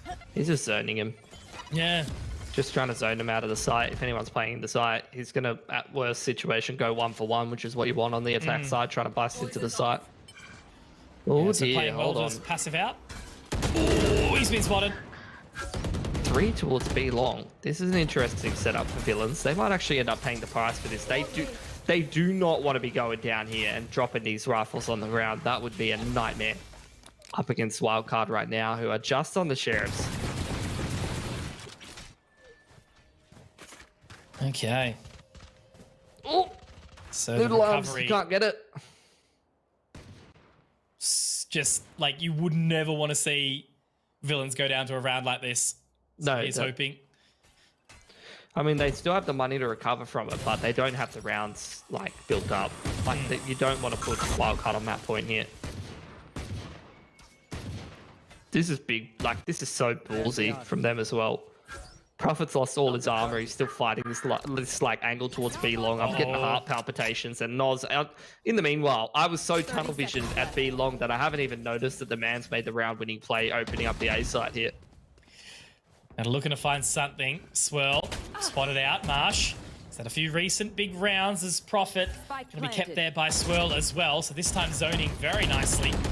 One of the fully equipped members at Bay, RDW, gets spotted out on the other side of the wall, but look, he's got a Spectre in hand as well, so this is still very, very much a challenging position for the villains, and you can see there's a little bit of inconsideration, I guess. You know, they've considered whether or not they want to save or whether or not they want to go for this completely. They've got money, they've got time, wait, they do not have rounds, as you've mentioned. Marsh has picked up one, but now the Recon Bolt goes over the top. They're all set for this post slant right now. Someone needs to stick, someone needs to get in for it. That's already the damage. Swirl's going to be able to find this shot, so will Infrequent, and with pistols, they take it to map and series points.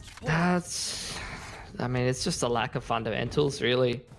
Like, maybe you might have expected that Wildcard would buy and go for, like, a long B play, but it's like they were on the pistols with the Sheriffs, and you just do not want, like, a 3 long B setup against that. Nightmare scenario.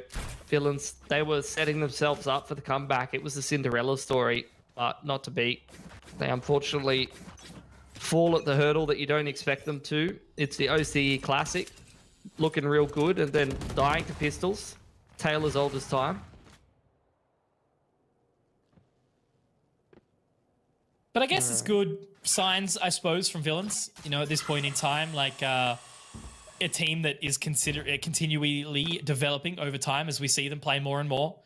You know, I did get to see them in the Rising Heroes and obviously previous VOT, like just making their way over and just getting better and better as they do pass on with time. And that's exactly what you need in this scene. It's so interesting that they feel like they need to go so aggressively at this point in the game. Like they triple push B long last round. This round they're triple pushed A. They really like trying to make the big balls plays to catch Wildcard off guard rather than playing a more sort of standardized rounds and making micro adjustments. They're trying to like go for the Hail Marys that can either just win or lose you the round instantly. It's like really that underdog mentality, you know? Now with the wall down, little spray through, Infrequent safe. Marsh poised up the top. Screens will keep him at bay for a little while longer, waiting for the rest of his team to rotate through. But as we know, this is the last opportunity, and RDW is going to make quick work of Prophet. He's going to be taken down here. The Infrequent Vrez is available, and look at this flank coming in. He will be spotted out by Wally, but at least he's still in a position to start turning something back, and he's going to be taken down. Marsh will find him, and now with all this utility going left, right, and center, it's hard to sort of keep up, but forcing their way in. Infrequent will drop one. Say in a second, he will be taken down by Marsh in the end, but then traded out accordingly. And Noz to close. There it is, Mitch. Wildcard 13-8 over villains. And I think that's back-to-back 13-8s now, obviously finding Haven and an Icebox.